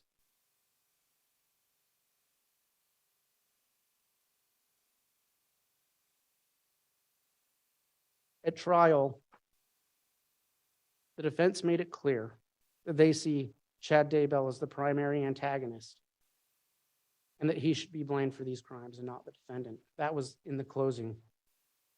I want to be very clear. This court is precluded today from even engaging in any analysis of that. Chad Daybell's guilt has not been determined yet, and this court cannot engage in some type of balancing analysis of guilt when he must be presumed innocent by this court until proven guilty. Upon being proven guilty, we can have that conversation, but not now. And further, even if he had been determined guilty, this defendant was charged with conspiracy. This is not a comparative fault case. On a conspiracy, if you're in for a penny, you're in for a dollar. And there's an important societal reason. There's an important reason that society has done that. It's bad enough when a person decides to commit a crime, especially one that includes victims. When a person teams up with another person and they agree to commit crimes, they become infinitely more dangerous.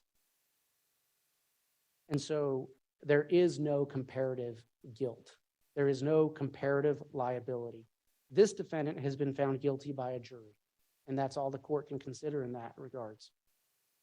I would note this case is a perfect example of why we punish conspiracy the way we do, because of the damage that arose from these agreements to murder. So, Your Honor, for the sentence that the state recommends, before I state that, I ask this court to remember the victims. And what does justice for Tylee, JJ, and Tammy require? I note that the PSI made a recommendation, and it states, on January 3rd, 2023, the defendant's attorney filed a motion indicating they did not intend to raise a mental health defense. However, if she was convicted, they plan to submit information in support of mitigation during sentencing. It seems important to note that while she has been diagnosed with a mental illness, she had the mental capacity to fabricate a story regarding the whereabouts of her children, change Tylee's Social Security payments to her own account, plan a wedding to Mr. Daybell in Hawaii, attend a family vacation with Mr. Daybell's family, lie to them about not having minor children, and relocate to Hawaii. She did all this with the knowledge her children's bodies were buried on Mr. Daybell's property. Those closest to the defendant describe her as a loving and devoted mother.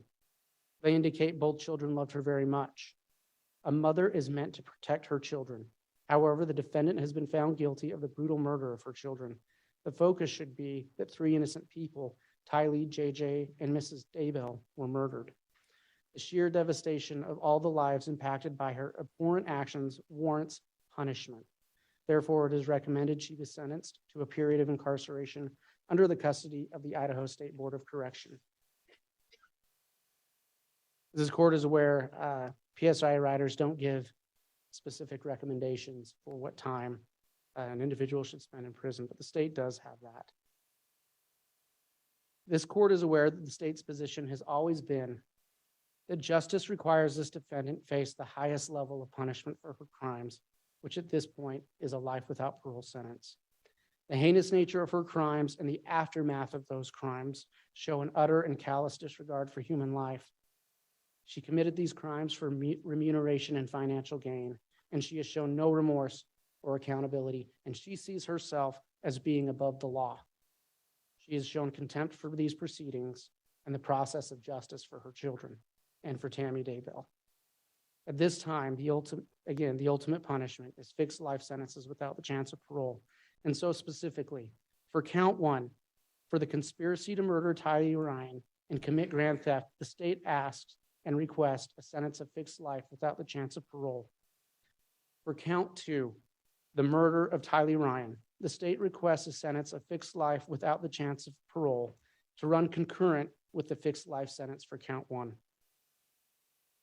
For count 3, the conspiracy to murder JJ Vallow and to commit grand theft by deception, the state requests a sentence of fixed life without the chance of parole to run consecutive to the fixed life sentences for counts 1 and 2.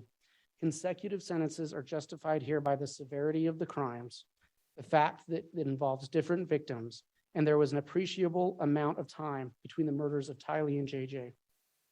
For count 4, the murder of JJ Vallow, the state asks for a sentence of fixed life without the chance of parole to run concurrent with the fixed life sentence for count 3, but consecutive to the fixed life sentences for counts 1 and 2.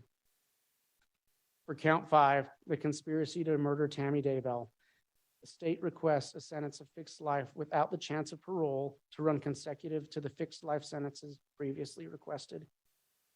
And for count 7 grand theft, the state requests the full sentence of 20 years.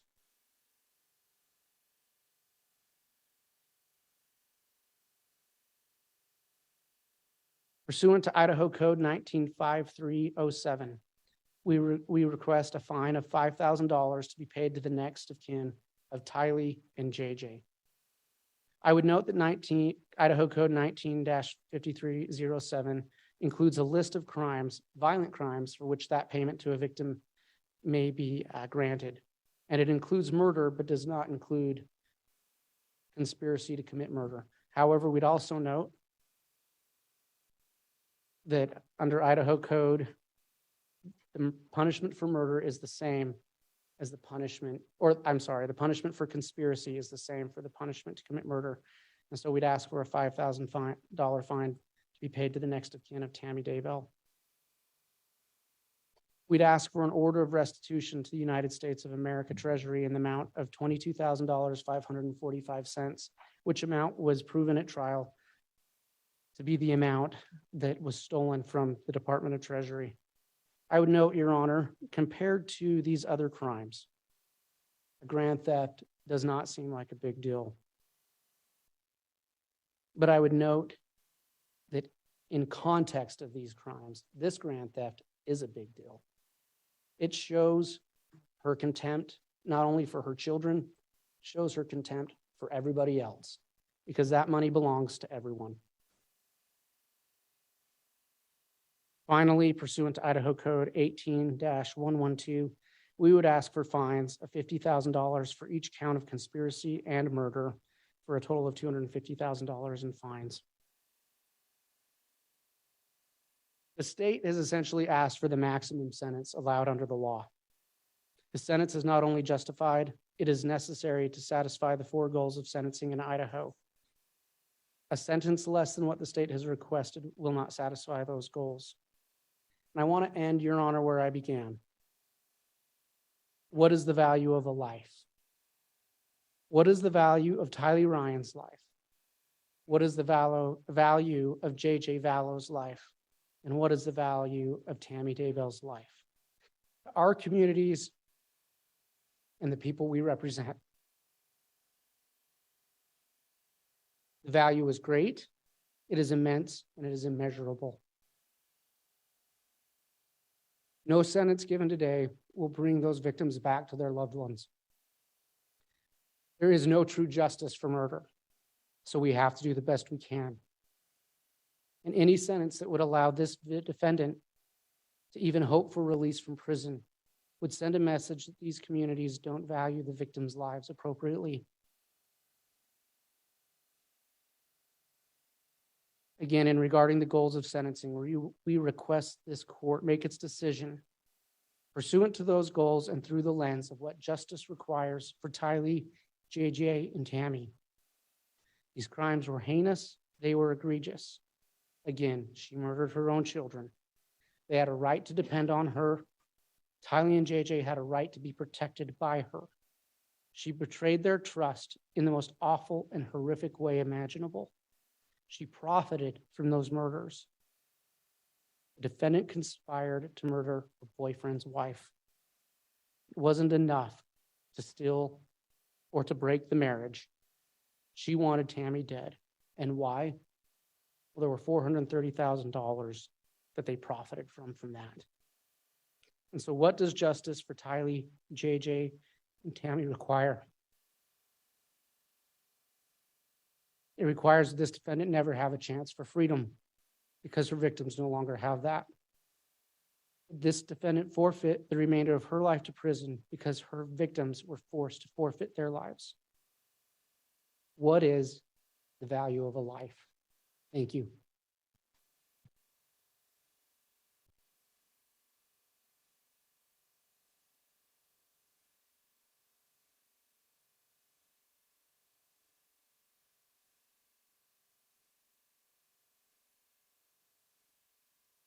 All right, Mr. Wood, there was just one point of clarification I wanted to have on the grand theft recommendation. You recommended a 20-year sentence on that, and I just wanted to clarify, I believe the maximum possible under Idaho's grand theft statute is 14 years. That's correct, Your Honor. I apologize. It is 14 years. We would ask for the maximum 14 years. All right, thank you, Mr. Wood. Oh, Your Honor, Yes, we'd like to double check that. I think it might have changed.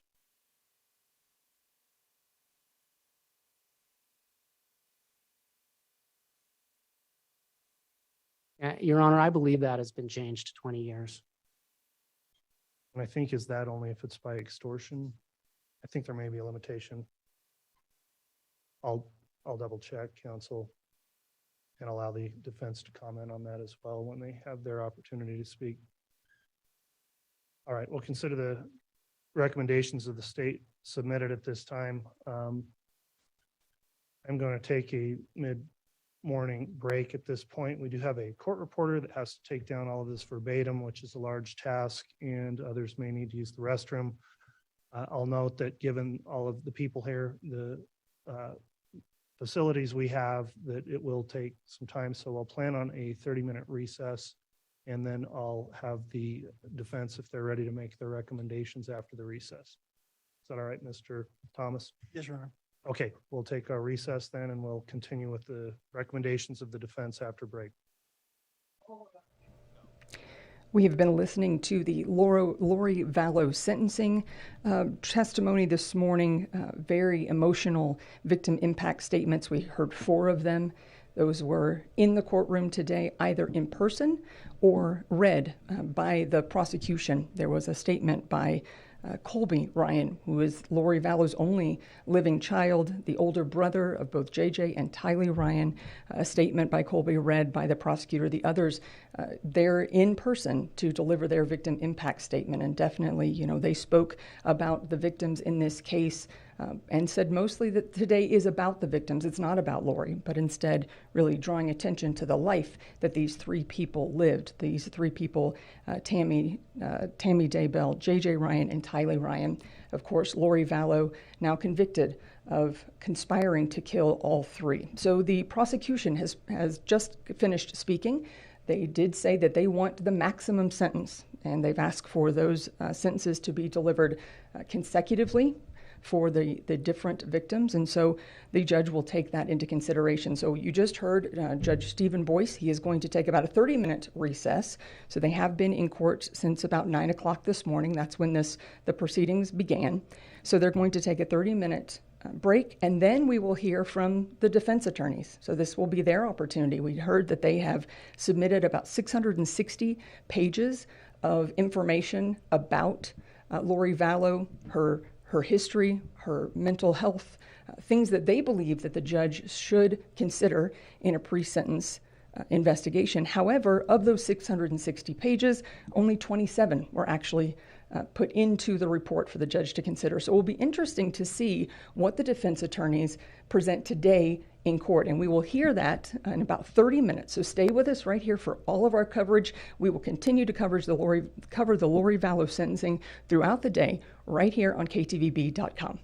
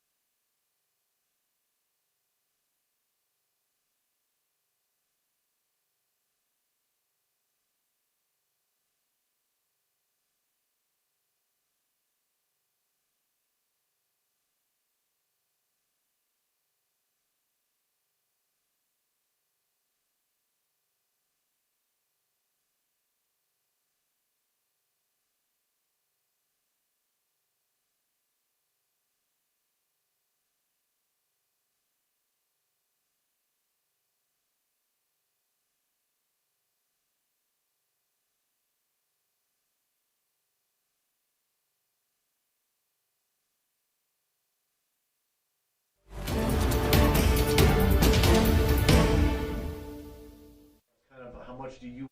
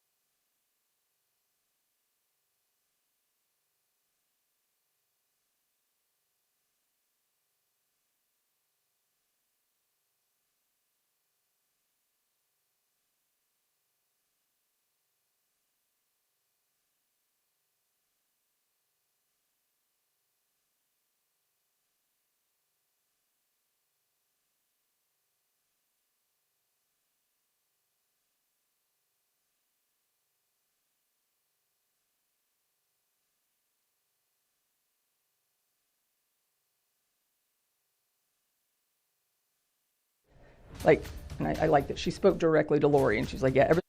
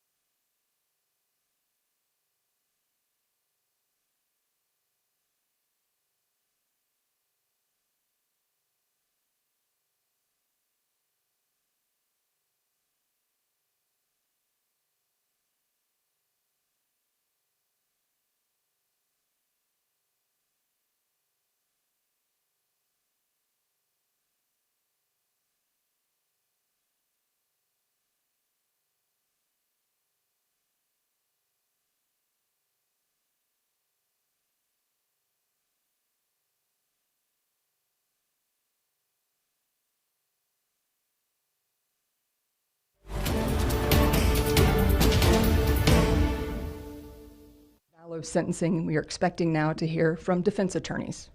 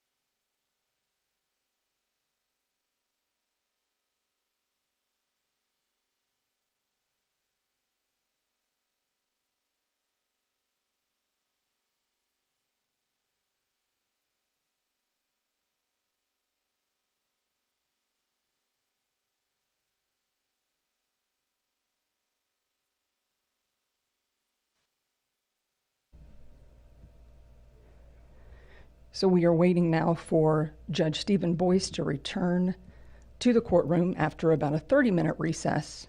So this morning, this proceeding began at about 9 o'clock. We have heard so far those victim impact statements.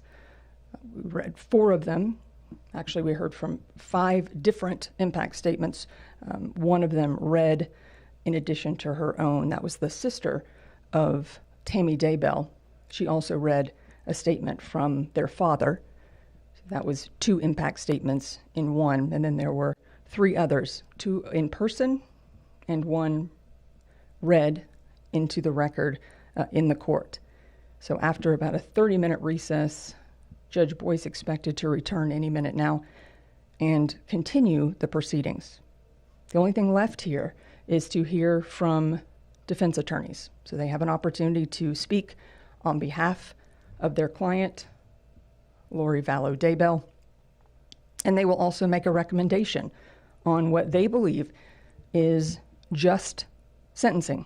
So we heard from prosecutors who are suggesting that she get the maximum penalty allowed for 6 different counts that she was convicted of a few months ago. So they are asking for the maximum sentence, and then we are expecting to hear from defense attorneys. Lori herself does have an opportunity. As a defendant, she has an opportunity to be heard in court today. And initially, in the beginning of this hearing, they did indicate that her attorneys said that she may speak on her behalf. We don't know yet if that will happen, but they did indicate that that is a possibility. So that would be the first time, of course, that we have heard from her. She did not speak in court during her trial when she was convicted on those 6 counts. So we have conspiracy to commit first-degree murder and grand theft in the death of Tylee Ryan. We also have first-degree murder and grand theft of J.J. Vallow. So 2 counts on each of those. And then we have conspiracy to commit first-degree murder of Tammy Daybell and a grand theft charge. Again, prosecutors asking for the maximum penalty allowed, which would mean that Lori Vallow would spend the rest of her life in an Idaho prison and never have the chance of parole, so never the chance to be free.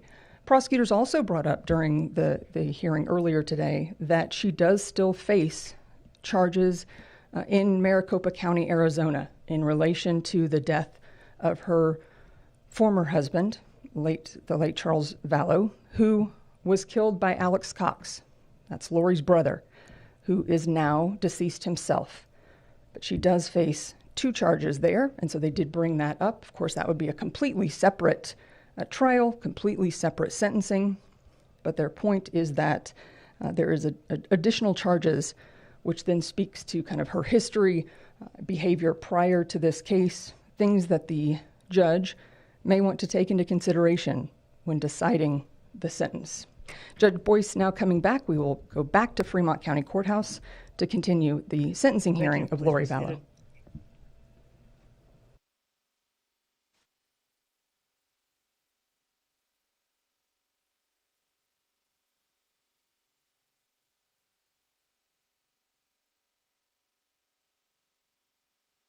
Okay, we're back on the record on KCR 22211624, State of Idaho versus Lori Noreen Vallow.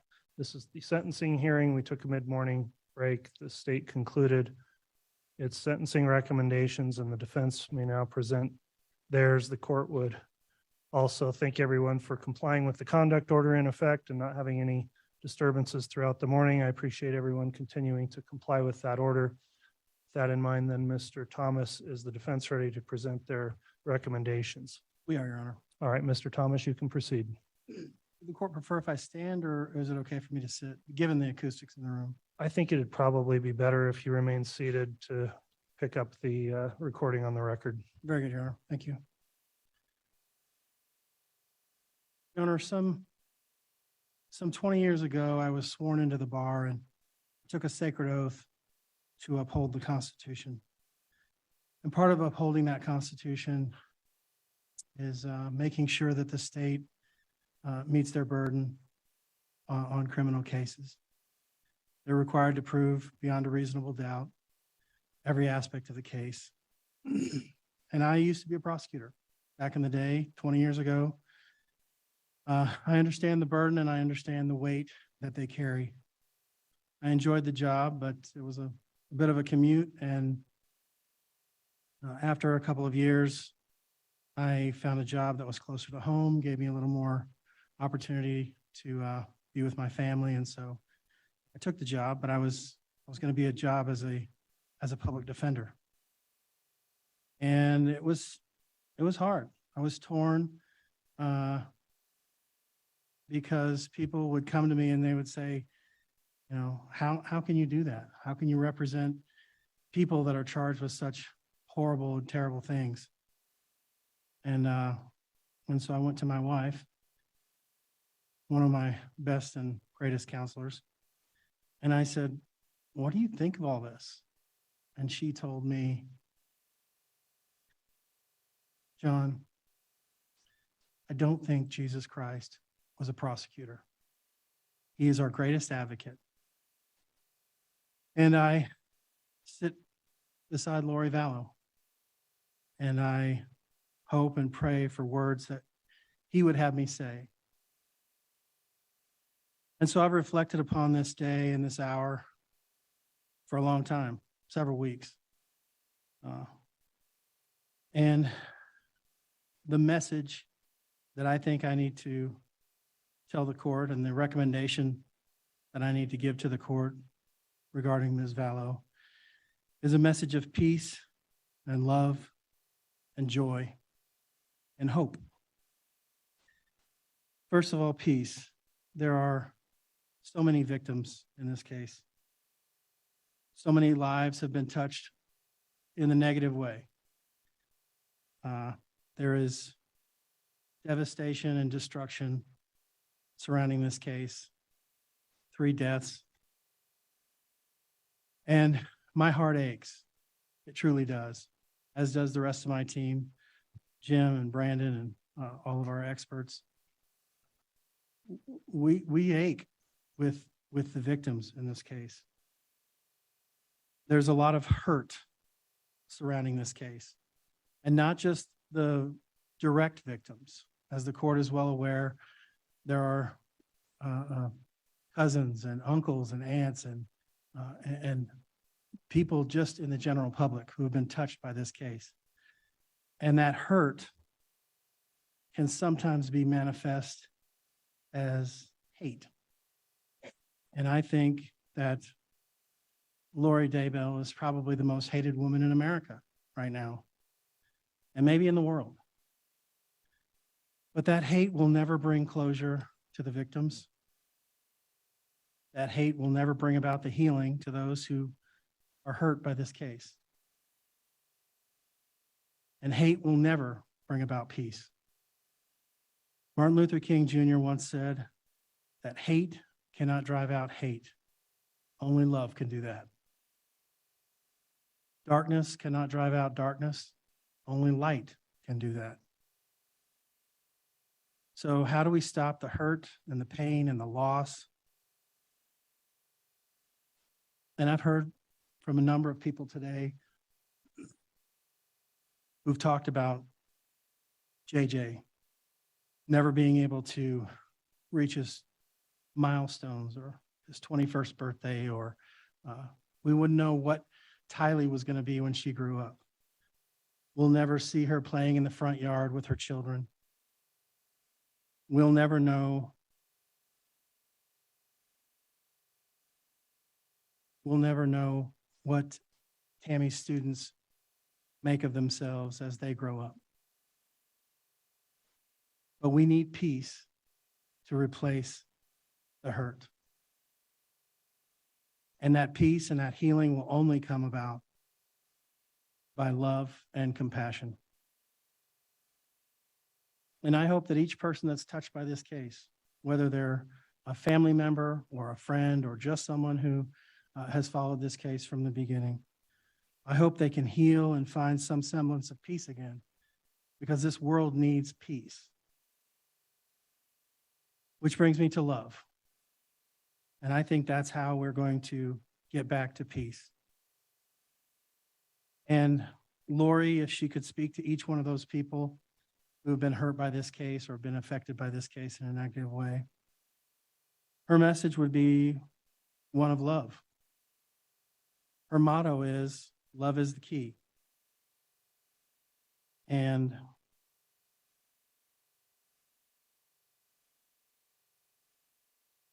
Lori's a very misunderstood person.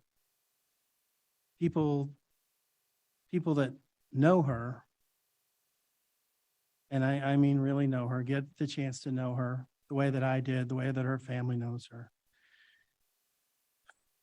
they would know that she is about love. Now, Lori and I didn't always get along. Our team has had tension and frustration and a lot of misunderstanding.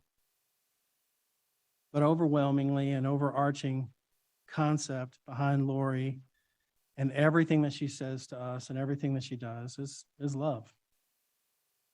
So if you get to know Lori, you'd find that she's a very different person than she plays on TV. She's kind, she's loving, she's caring, she's very witty, she's insightful, she's smart. And if you talk to people that knew her prior to 2018, prior to this whole crazy series of events, you'll hear about a wonderful person who was active in her church, who was active in her community, who loved her children, very active in their lives. You'll hear people who talk about how great she was with their children in her church callings, in her neighborhood. She was a great mother to her kids. Her son, Colby, in fact, testified at trial that she was a great mother when he was growing up. She has redeeming values.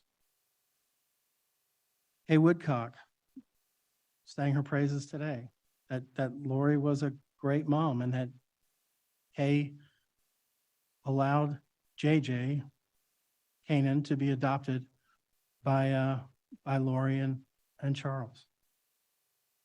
And there's a lot of confusion and there's a lot of misunderstanding about how this ultimately came to pass. And that's probably not going to change anytime soon. There will be a lot of misunderstanding and a lot of confusion for a while. This brings me to my last topic of healing, and that is of hope. So what is hope? Well, hope is defined as a feeling of expectation and desire for a certain thing to happen. So what do we want to happen in this case? I think the court is well aware of the 4 goals of sentencing pursuant to Idaho Code 1925-21. The first and foremost is the protection of society. The second most important is rehabilitation, and then deterrence of the individual and the public generally. And finally, the least important, according to statute, is that of punishment. Now, first-degree murder is first-degree murder, and conspiracy carries the same punishment. Under Title 18, 4004, and I quote, "The court shall impose a life sentence with a minimum period of confinement of not less than 10 years, during which the period of confinement of the offender shall not be eligible for parole or discharge or credit or reduction of sentence for good conduct, except for meritorious service." So those are the two guiding principles that we have to look at. And I know the court's well aware of this. This isn't necessarily for the court's edification. But I think we have to think about how are we going to heal the hurt and the pain and the devastation of this case with hope? How do we reconcile the four goals of sentencing in Idaho Code 1925-21 and the requirements of punishment in 18-4004 with hope? Well, we, and collectively, I'm talking about the court, the prosecution, and the defense, collectively, have saved the life of the defendant. I don't think the court, nor the prosecution, or the defense team should take credit or blame for the death penalty being taken off the table as a possible punishment. In my opinion, it was a collective effort, an effort that led to the court's decision. It was a necessary outcome to a series of events that no one person can be credited or blamed. We saved her life, and that is a win. That's a win for all humanity. So now what do? Court can, as the state requests, find a sentence appropriate of fixed life without parole. That certainly meets the protection of society and punishment, the first and last goals of sentencing. However, if the court so chooses, the court can also give the defendant a fixed term of years to serve in prison, followed by an indeterminate term of life. And after great deliberation and thought, we would ask the court to sentence Ms. Vallow Daybell to a 20-year fixed term with an indeterminate term of life. We believe that that meets all the goals of sentencing with an added bonus of hope. So why would we give the defendant any hope at all? Are we rewarding her? I don't think so. It's not about her. Giving her hope, it's for us. It's for everyone in this courtroom. It's for everyone watching on the internet. It's for everyone who's going to watch this on television. It's for everyone who lives and breathes outside the walls of prison. Her hope will benefit society. In our opinion, if you give her fixed life, you will have essentially thrown her away. She has no incentive to rehabilitate. There is no deterrent to her or anyone else. The punishment portion is final and all-encompassing. However, if we give her hope, we protect society by keeping her behind bars well into her 70s, but she has the incentive to be a model prisoner. She has the incentive to help those women that she interacts with in prison. And over time, she changes her behavior, her routines become habits, and she helps other inmates. She becomes a better person. And as these inmates interact with her, this better version of Lori Daybell, they become better people as they re-enter society. So without hope, the likelihood of success in reaching any of the goals of sentencing other than punishment is very low, if not non-existent. Your Honor, we live in the greatest country in the world.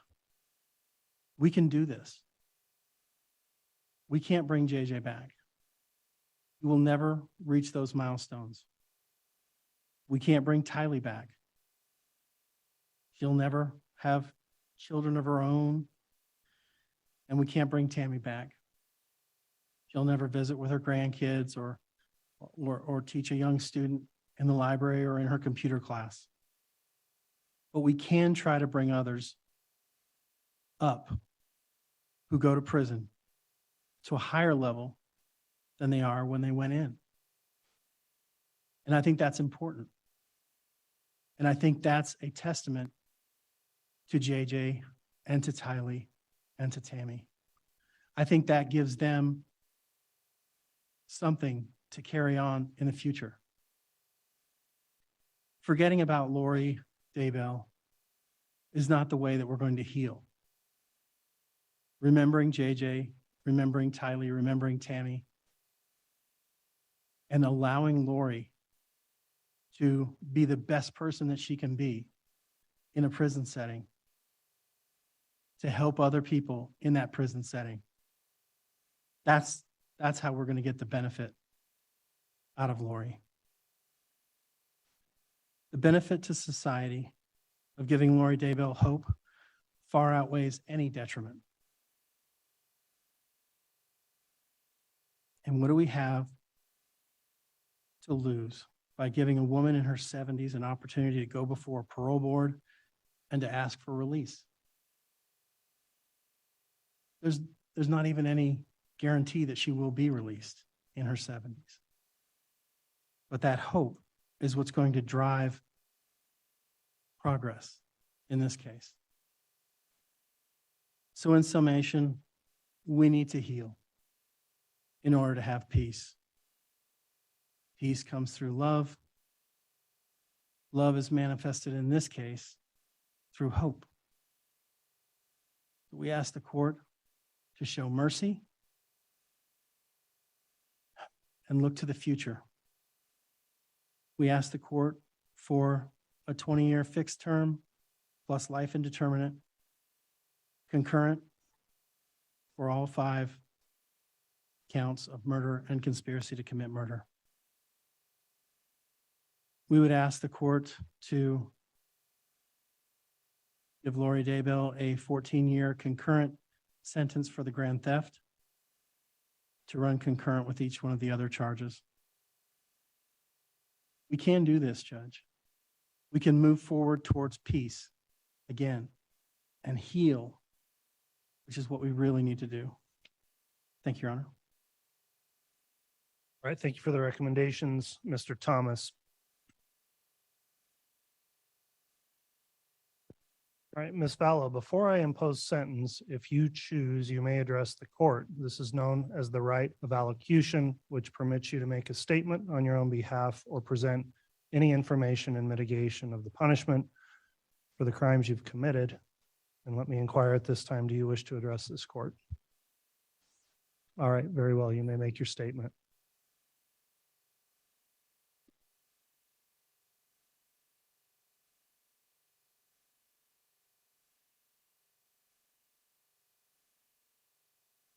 I would like to start by quoting John from the New Testament in the Bible. In John chapter 8, verse 7, Jesus says, "He that is without sin among you, let him first cast a stone at her." Then in verse 15, Jesus says, "Ye judge after the flesh, I judge no man. And yet if I judge, my judgment is true." Jesus knows me, and Jesus understands me. I mourn with all of you who mourn my children and Tammy. Jesus Christ knows the truth of what happened here. Jesus Christ knows that no one was murdered in this case. Accidental deaths happen. Suicides happen. Fatal side effects from medications happen. I have a different perspective in life because in 2002, when I was pregnant with Tylee, I died in the hospital. while in labor with her. They tried to stop my labor. They put me on the table and they put something in my IV, and I felt my spirit falling to the floor. I was standing near my pregnant body, watching the doctors try to revive me, which took them a few minutes. In that time, my sister Stacy was standing to my left. I turned to hug her and was surprised that her spirit was as tangible as a physical body, because I knew I was in spirit and she was in spirit. She said she needed to show me some things, and we went to heaven. I later returned to my body. Because of this experience, I have access to heaven and the spirit world. Since then, I have had many communications from people now living in heaven, including my children, Tylee Ashlyn and Joshua Jackson, my sisters, Stacy and Lolly, my aunts and my uncles, and my grandparents. I have had many communications with Jesus Christ, the Savior of this world, and our heavenly parents. I've had many angelic visitors have come and communicated with me and even manifested themselves to me. Because of these communications, I know for a fact that my children are happy and busy in the spirit world. Because of my communications with my friend Tammy Daybell, I know that she is also very happy and extremely busy. I have always mourned the loss of my loved ones, and I have lost many in this mortal world. However, I know them more than most people. I know where they are now and what they're doing. I know how wonderful heaven is, and I'm homesick for it every single day. I know we all lived in heaven before we were born on earth, and we were all adult spirits in the heavenly realm. We chose to come to earth as mortals. Heaven is more wonderful than you can possibly imagine. I do not fear death, but I look forward to it. I did not want to return to my body when I was out of it. Even though my son Colby, who I adored more than anything, was only 6 years old at the time, and I was about to give birth to this new baby girl that I wanted so badly. I was a young mother, and you would think I wouldn't want to leave my children, but as I stood in heaven, I did not want to go back. I thought they would be fine without me because I was peaceful and I was happy and I was home. But then I was told by Jesus that I needed to go back and complete things that I had covenanted or promised to do before I was born. This caused me a lot of distress because I knew heaven was my real home, and I only wanted to be there. I was free from pain, emotional and physical. But then I was shown how I would help my children and others in the future. So ultimately, I did agree to go back to my body.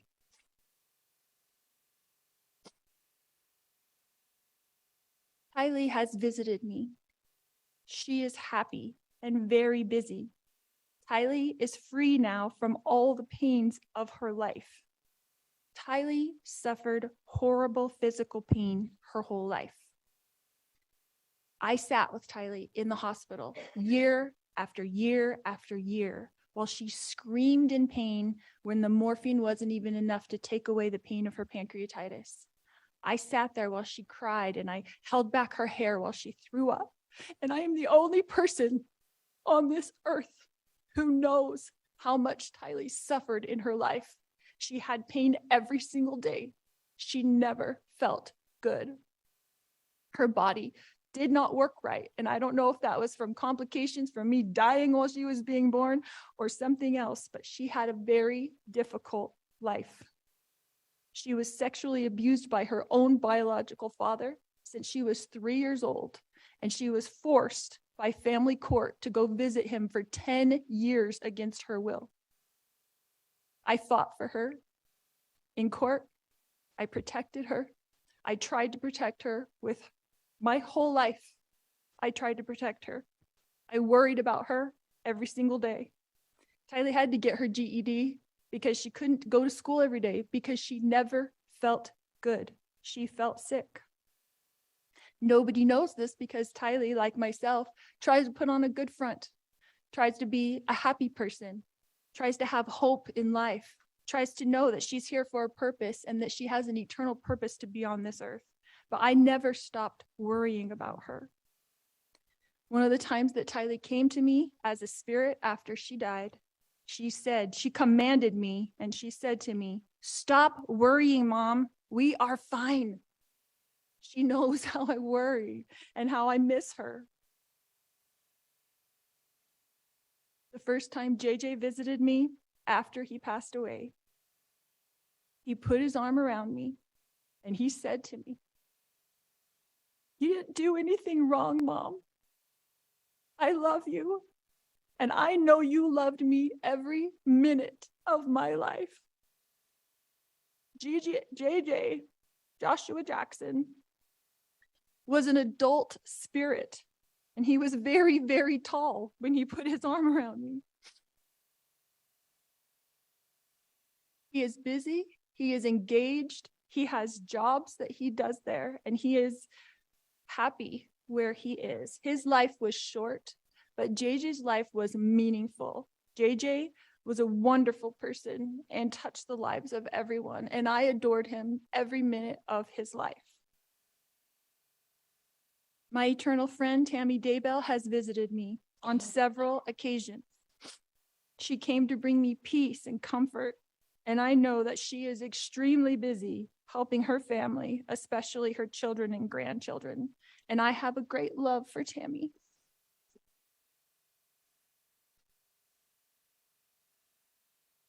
My beautiful children, Tylee Ashlyn and Joshua Jackson, rest safely this day in the arms of Jesus. My wonderful friend, Tammy Daybell, rests safely this day in the arms of Jesus. And I look forward to the day when we are all reunited and I too will rest with them in the arms of my Jesus. All right, Ms. Vallow, thank you for your comments to the court. Let me ask you at this time, Ms. Vallow, are you fully satisfied with the representation you've received from your attorneys throughout this case? Yes. Thank you.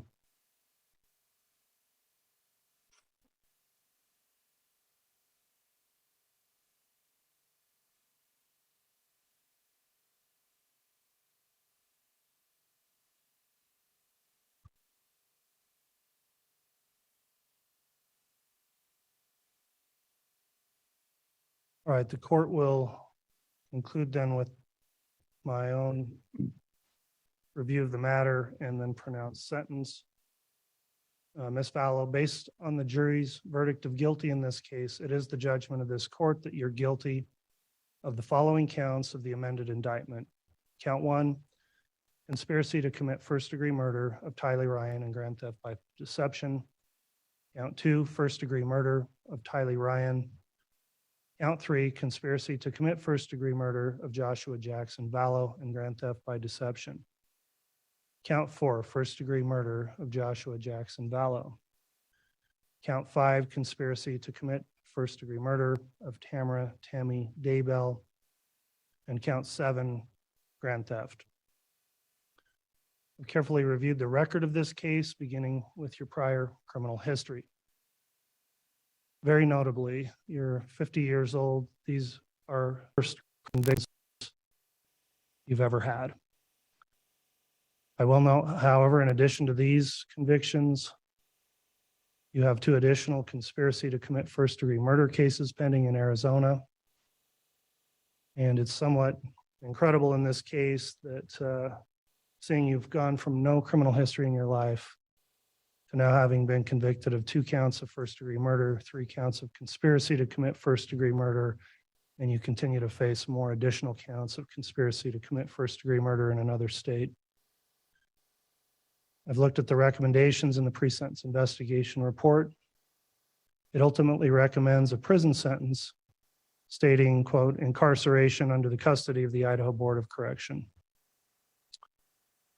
Normally, the court would have some additional information to rely on in fashioning its sentence, including the benefit of recommendations based on a gain evaluation, substance abuse report, mental health review, and other reports. However, you elected not to cooperate with the pre-sentence investigation. As I would note on page 23 of the pre-sentence investigation report, it states, quote, Lori Vallow Daybell intends to remain silent during the pre-sentence investigation process. She has the packet, but does not intend to answer any questions of evaluators or investigators. Quote, no attempts were made to complete the court-ordered screenings due to her refusal. I'm advising you that that was your choice to not cooperate in the pre-sentence investigation, but it left me without some additional information that potentially could have been mitigating in your case. And as I proceed with the sentencing, I'll note those deficiencies in the information I normally would have in a pre-sentence investigation report. As has been mentioned by both sides here, the court has to consider certain sentencing objectives when I sentence somebody, and these are set out in cases including State versus Toohill, which is a Court of Appeals case 103 Idaho 565, and it's been adopted by our Supreme Court as well. And I have to consider four main objectives. Number one, the protection of society, which is the primary objective. Two, deterrence of the individual and public generally. Three, possibility of rehabilitation. And four, punishment or retribution for wrongdoing. That case states, moreover, it's clear as a matter of policy in Idaho, the primary consideration is the good order and protection of society. All other factors must be subservient to that end. I've also reviewed and considered the criteria set forth in an Idaho statute 1925-21 on the question of whether or not you should be confined to prison and to what extent. That statute sets out a variety of factors I have to consider in weighing whether a long prison term here would be appropriate. Some of the attorneys cited already to some of the provisions of that statute. And again, it talks about the primary consideration of the protection of society and also talks about the impact on the victim, the possibility of risk reduction through rehabilitation and deterrence are also to be considered. There are some factors laid out in that statute that are not necessarily controlling, but weigh in favor against either imprisonment or in this case where imprisonment's required, an extensive imprisonment term. Some of those factors under Part 2 of this statute is the defendant's criminal conduct neither caused nor threatened harm, which is clearly not the case here. That the defendant did not contemplate the conduct would cause or threaten harm. Again, that would not apply here. The defendant's criminogenic needs indicate the defendant will benefit from supervision and treatment in the community. That's unavailable as community treatment can't occur with a minimum prison sentence required here. Another factor, were there substantial grounds tending to excuse or justify the defendant's criminal conduct, though failing to establish a defense. I don't find those apply given the facts of this case. Other factors, the victim of the defendant's criminal conduct induced or facilitated the commission of the crime. That did not occur here. Another part talks about compensation, which I don't find would be appropriate here other than on the grand theft charge. Part G, the defendant has no history of prior delinquency or criminal activity or has led a law-abiding life for a substantial period of time before the commission of the present crime. That is the single most mitigating factor I see in this case. Again, it's unbelievable that at your age, you have no prior criminal history, and now you sit here convicted of the most serious of charges. I also have to consider whether the criminal conduct was the result of circumstances unlikely to recur. Based on the evidence in this case, and in particular, considering the statement you just made to the court, I find it weighs against me finding in mitigation for that factor. And then finally, the character and attitudes of the defendant indicate the commission of another crime is unlikely or the defendant demonstrates amenability to treatment. So those are the mitigating factors. Then in aggravation, we have more factors to consider. Is there an undue risk that during the period of a suspended sentence or probation, the defendant would commit another crime harmful to another person? Would a lesser sentence depreciate the seriousness of the defendant's crime? Will imprisonment provide appropriate punishment and deterrent to the defendant? Will imprisonment provide an appropriate deterrent for other persons in the community? And a factor that would not apply here is the defendant a multiple offender or professional criminal. I don't have an LSI score, which is one value I can look at to help determine whether or not you'd be likely to reoffend. I don't have that because you wouldn't cooperate with the report. So considering here that you've lived a law-abiding life and for a long time, you were obviously a good mother, sister, daughter, and friend to many people. I have to take that into account. You've served a very long time of local jail, over 1,200 days, and the report is you've been a great inmate, never caused a problem for anyone in the jail. And you should be commended for that. And that also shows that you are capable of that. I believe your counsel when they tell me you're an intelligent person. Up until all these events began to transpire, you've achieved goals in your life, you've done important things in your life. And I'd note that despite some of the comments here today, I have found that during my interactions with you throughout this long case, including your trial, you've been respectful of the court. Do we know what this beeping is that keeps going off? Sorry. All right, the court will next consider, and I think it must be considered in mitigation, that you do have mental health issues. I've dealt with those throughout the context of this case where there were commitment proceedings. I've reviewed those reports and have that personal information from having gone through the determinations of whether or not you were competent or fit to stand trial. The most current diagnosis the court has is from Dr. Watson, and from February of this year states you suffer from, and I'll quote, delusional disorder, mixed type with bizarre content and hyper-religiosity, continuous and unspecified personality disorder with histrionic and narcissistic features. So obviously a very complex diagnosis that's been made here. Whether or not that can or how it would be treated, I think by all accounts is unknown at this time.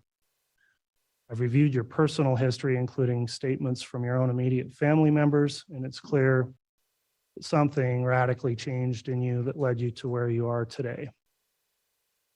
In a statement made in the pre-sentence investigation report, your mother stated it perhaps best and said that you are not now, quote, the person she knew. The record in this case, including all the evidence I observed during the jury trial, indicates that if it wasn't already occurring, that this relationship with the co-defendant seemed to be a catalyst for the change. At this point, I'll note that I will not be making comments on any other co-defendants in this case, as your co-defendant is currently presumed innocent and awaiting trial. In sum, there are significant mitigating factors the court has to consider here when I consider you and your life as a whole, and that does make the case difficult. Typically, when I see somebody to be sentenced and they don't have a prior criminal history, they're given opportunities to first prove themselves on probation or avoid a lengthy term of incarceration. However, of course, some crimes are so serious that even with mitigation, there is no other reasonable option except for a prison term and a long prison term. And sadly, you've been convicted of and have committed the most serious crimes possible, and those crimes also require an equally serious punishment. So this is the part where I will consider what I think are the factors in aggravation. I went through those factors in the statute that I look at, and as I'll explain, I find that 5 of those factors weigh against you and in favor of a lengthy period of imprisonment. First, the case itself. I'll discuss that. There was a lot of pretrial litigation in the case. you decided to take your case to a jury trial. I will state and emphasize that I firmly believe it's the right of every person in our country to exercise their right to a jury trial, and they're afforded the full due process of the law.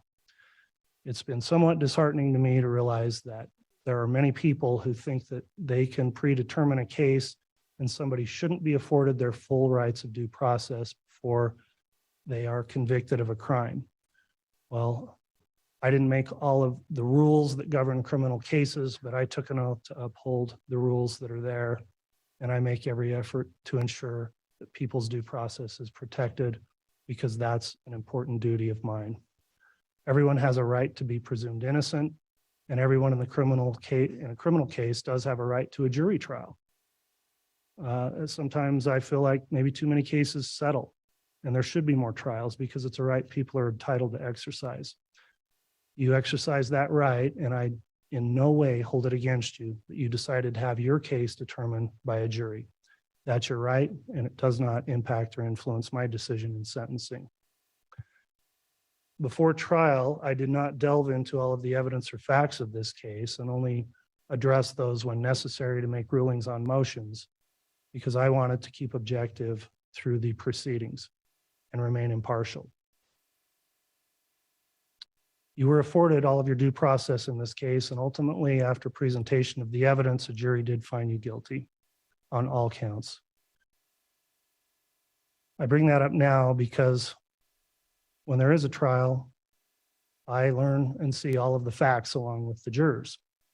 And that's a different scenario than when someone enters a plea and I'm only allowing argument in a sentencing and not sitting through the evidence as I did here. Having considered all of the evidence that I saw at trial along with the jurors, it's been a difficult task for me to narrow down and articulate all of the aggravating factors, because really there are so many here. Murder is the most serious offense. And the most unimaginable type of murder is to have a mother murdering her own children, and that's exactly what you did.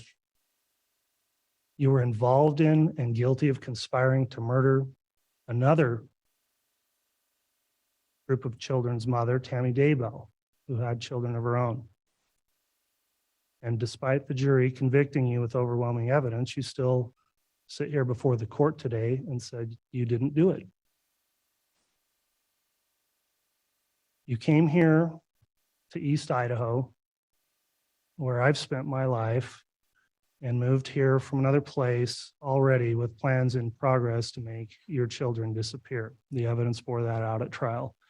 You removed your children from their home in Arizona, alienated them from friends and family, got rid of JJ's service dog. You moved to Rexburg, a community where you could find 1,000 random families to take your children, and you brought them here to murder them. You had so many other options.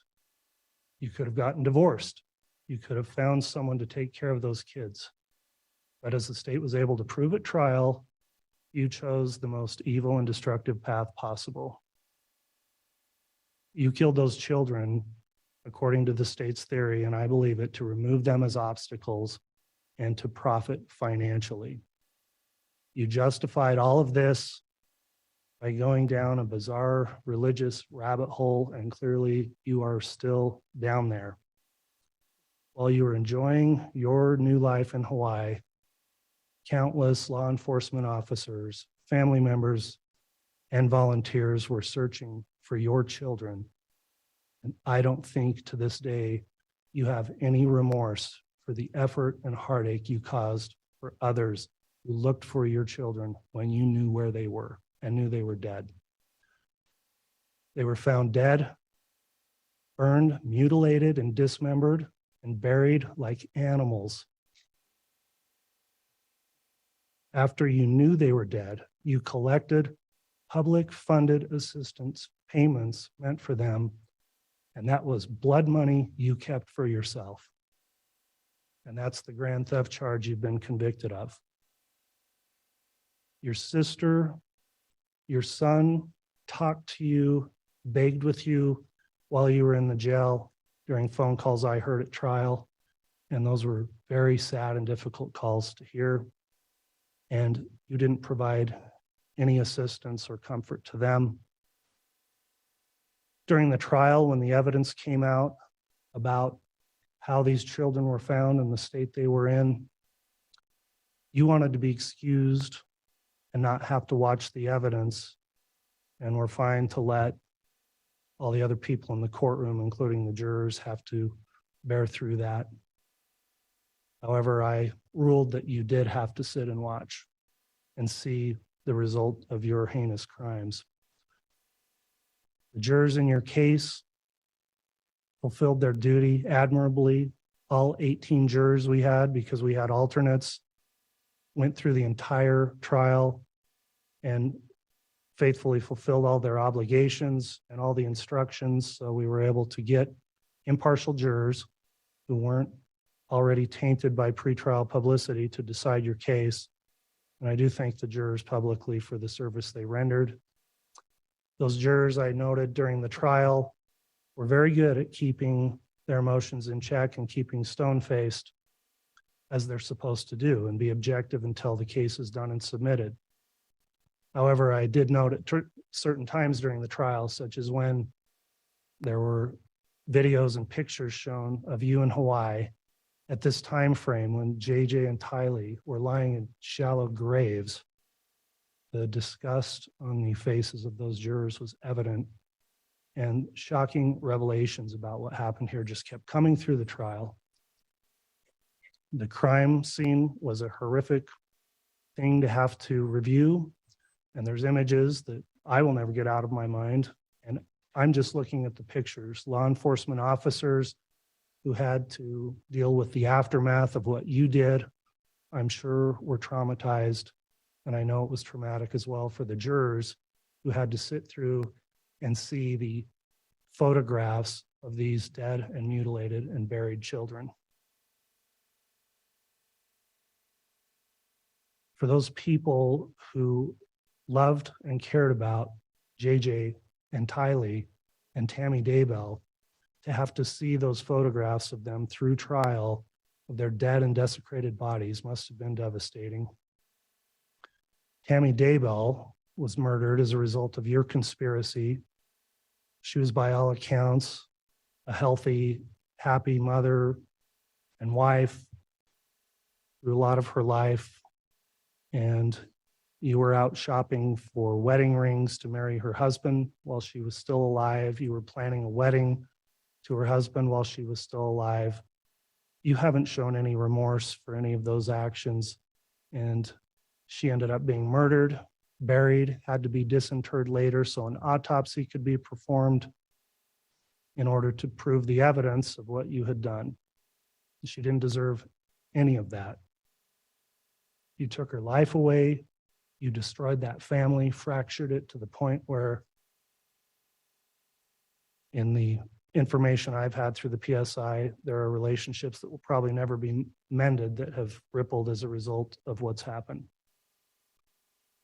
JJ and Tylee, of course, 7 years old, 16 years old, were separate people whose lives were cut way too short because of you. Never got to grow up and be adults. The family and friends who have provided their impact statements, of course, have stated it better than I could about who they were. And it is a loss for everyone that you took them away from this world.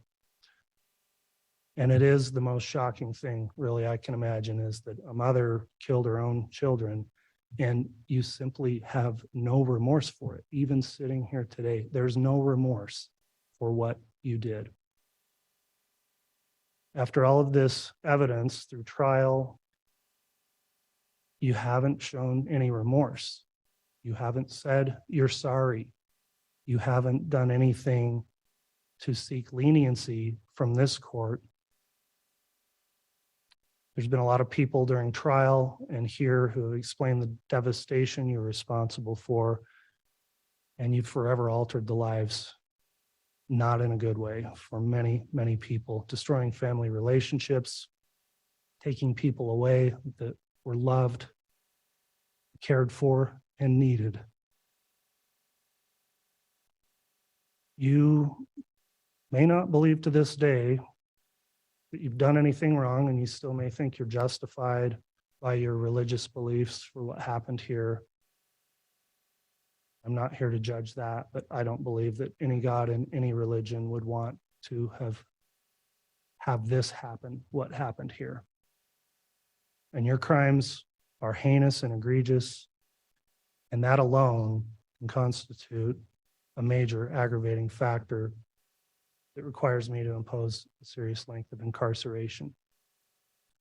So after weighing all those factors, I need to in aggravation, I find that the sentences I'm about to impose will serve the interest of justice by, number one, preventing you from ever doing this again, that they will not depreciate the seriousness of your crimes, will punish you appropriately, and will serve to deter both you and others. So that concludes the aggravating factors the court considered. At this time then, I am prepared to pronounce sentence. Mr. Thomas, Mr. Archibald, and the defendant, would you please rise for the pronouncement of sentence?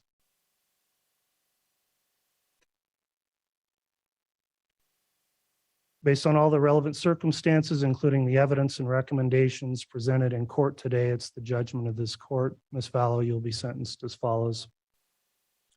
I'll first note I'm going to take up the counts out of order as I want to address the substantive murder sentences first. So on count 2, the charge you were convicted of, the first-degree murder of Tylee Ryan, you are sentenced to the custody of the State Board of Corrections to serve the maximum allowed sentence of fixed determinate term of life imprisonment with no possibility of parole. On count 4, the charge of the first-degree murder of Joshua Jackson Vallow, you are sentenced to the custody of the State Board of Corrections to serve the maximum allowed sentence, a fixed determinate life imprisonment sentence with no possibility of parole. I'll next address the 3 conspiracy counts you've been convicted of, and note under Idaho Code 18-1701, the punishment for those crimes is the same as the underlying offenses you combined to commit. One of the offenses you combined to commit was first-degree murder, so those may be punishable also by imprisonment for life.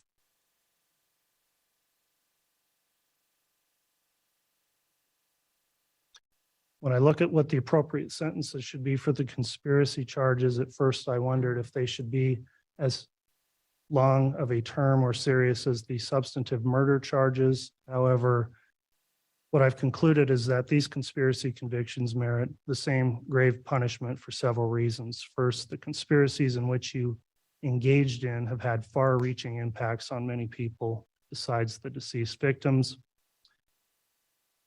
And with what the court's heard, I am convinced that the conspiracy charges also merit the same serious sentence. So on count 1, the conspiracy to commit first-degree murder of Tylee Ryan and grand theft by deception, you're sentenced to the custody of the State Board of Corrections to serve the maximum allowed sentence, a fixed determinate term of life imprisonment with no possibility of parole.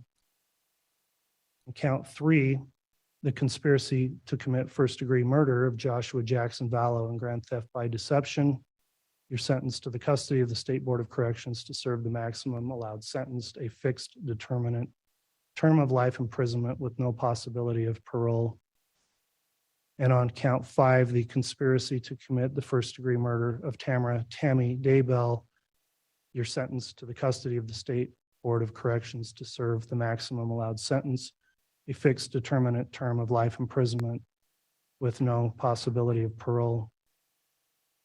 Finally, the court will address count 7, which is the charge of grand theft. On that charge, court is going to sentence you to a fixed determinate term of 5 years of prison, followed by an indeterminate term of 5 years of prison for a total 10-year term of imprisonment on the grand theft. Court will next consider whether sentences should be imposed consecutively or concurrently. I generally don't, I'm a pragmatic person, and I've struggled with the point of a consecutive sentence when in Idaho, life sentence is just that, a life sentence without parole. And I've thought it through. However, when I looked at this case and the more I thought about it, I've determined that because there are 3 separate murders with 3 separate victims that occurred at 3 separate times, then running counts concurrently would not serve the interests of justice, because those crimes all need to be taken into account separately and distinctly and individually. And you need to be held accountable separately for each of the 3 murders. So on those counts, the court will run consecutively the count 2 murder of Tylee Ryan, consecutive to count 4, the murder of Joshua Jackson Vallow, and count 5 will run consecutive to count 2 and 4, the conspiracy to commit first-degree murder of Tammy Daybell. So 3 consecutive life terms of prison. The remaining counts will be concurrent to the counts that are consecutive. The court will impose fines as requested by the state in the amount of $25,000 for all counts except the grand theft. On the grand theft, the fine will be in the amount of $1,000. The court will assess the civil penalty that was requested, and I find it's appropriate under Idaho Code 195307 of $5,000 per victim on each of the 3 victims as a civil penalty. And then finally, the restitution, which was requested by the state. Mr. Wood, if you could reiterate that number, 22,000 of what the restitution term is. And I want to inquire if there's any other restitution being sought by the state. Thank you, Your Honor. I believe I said 22,545. And the state would ask for an additional 30 days to submit any further restitution for the victims, living victims who have been deemed as such by this court. The court will assess that restitution on the grand theft charge of $22,545 as shown through the evidence at trial. And the court will allow 30 days for additional restitution requests, but that will be waived if it's not submitted timely.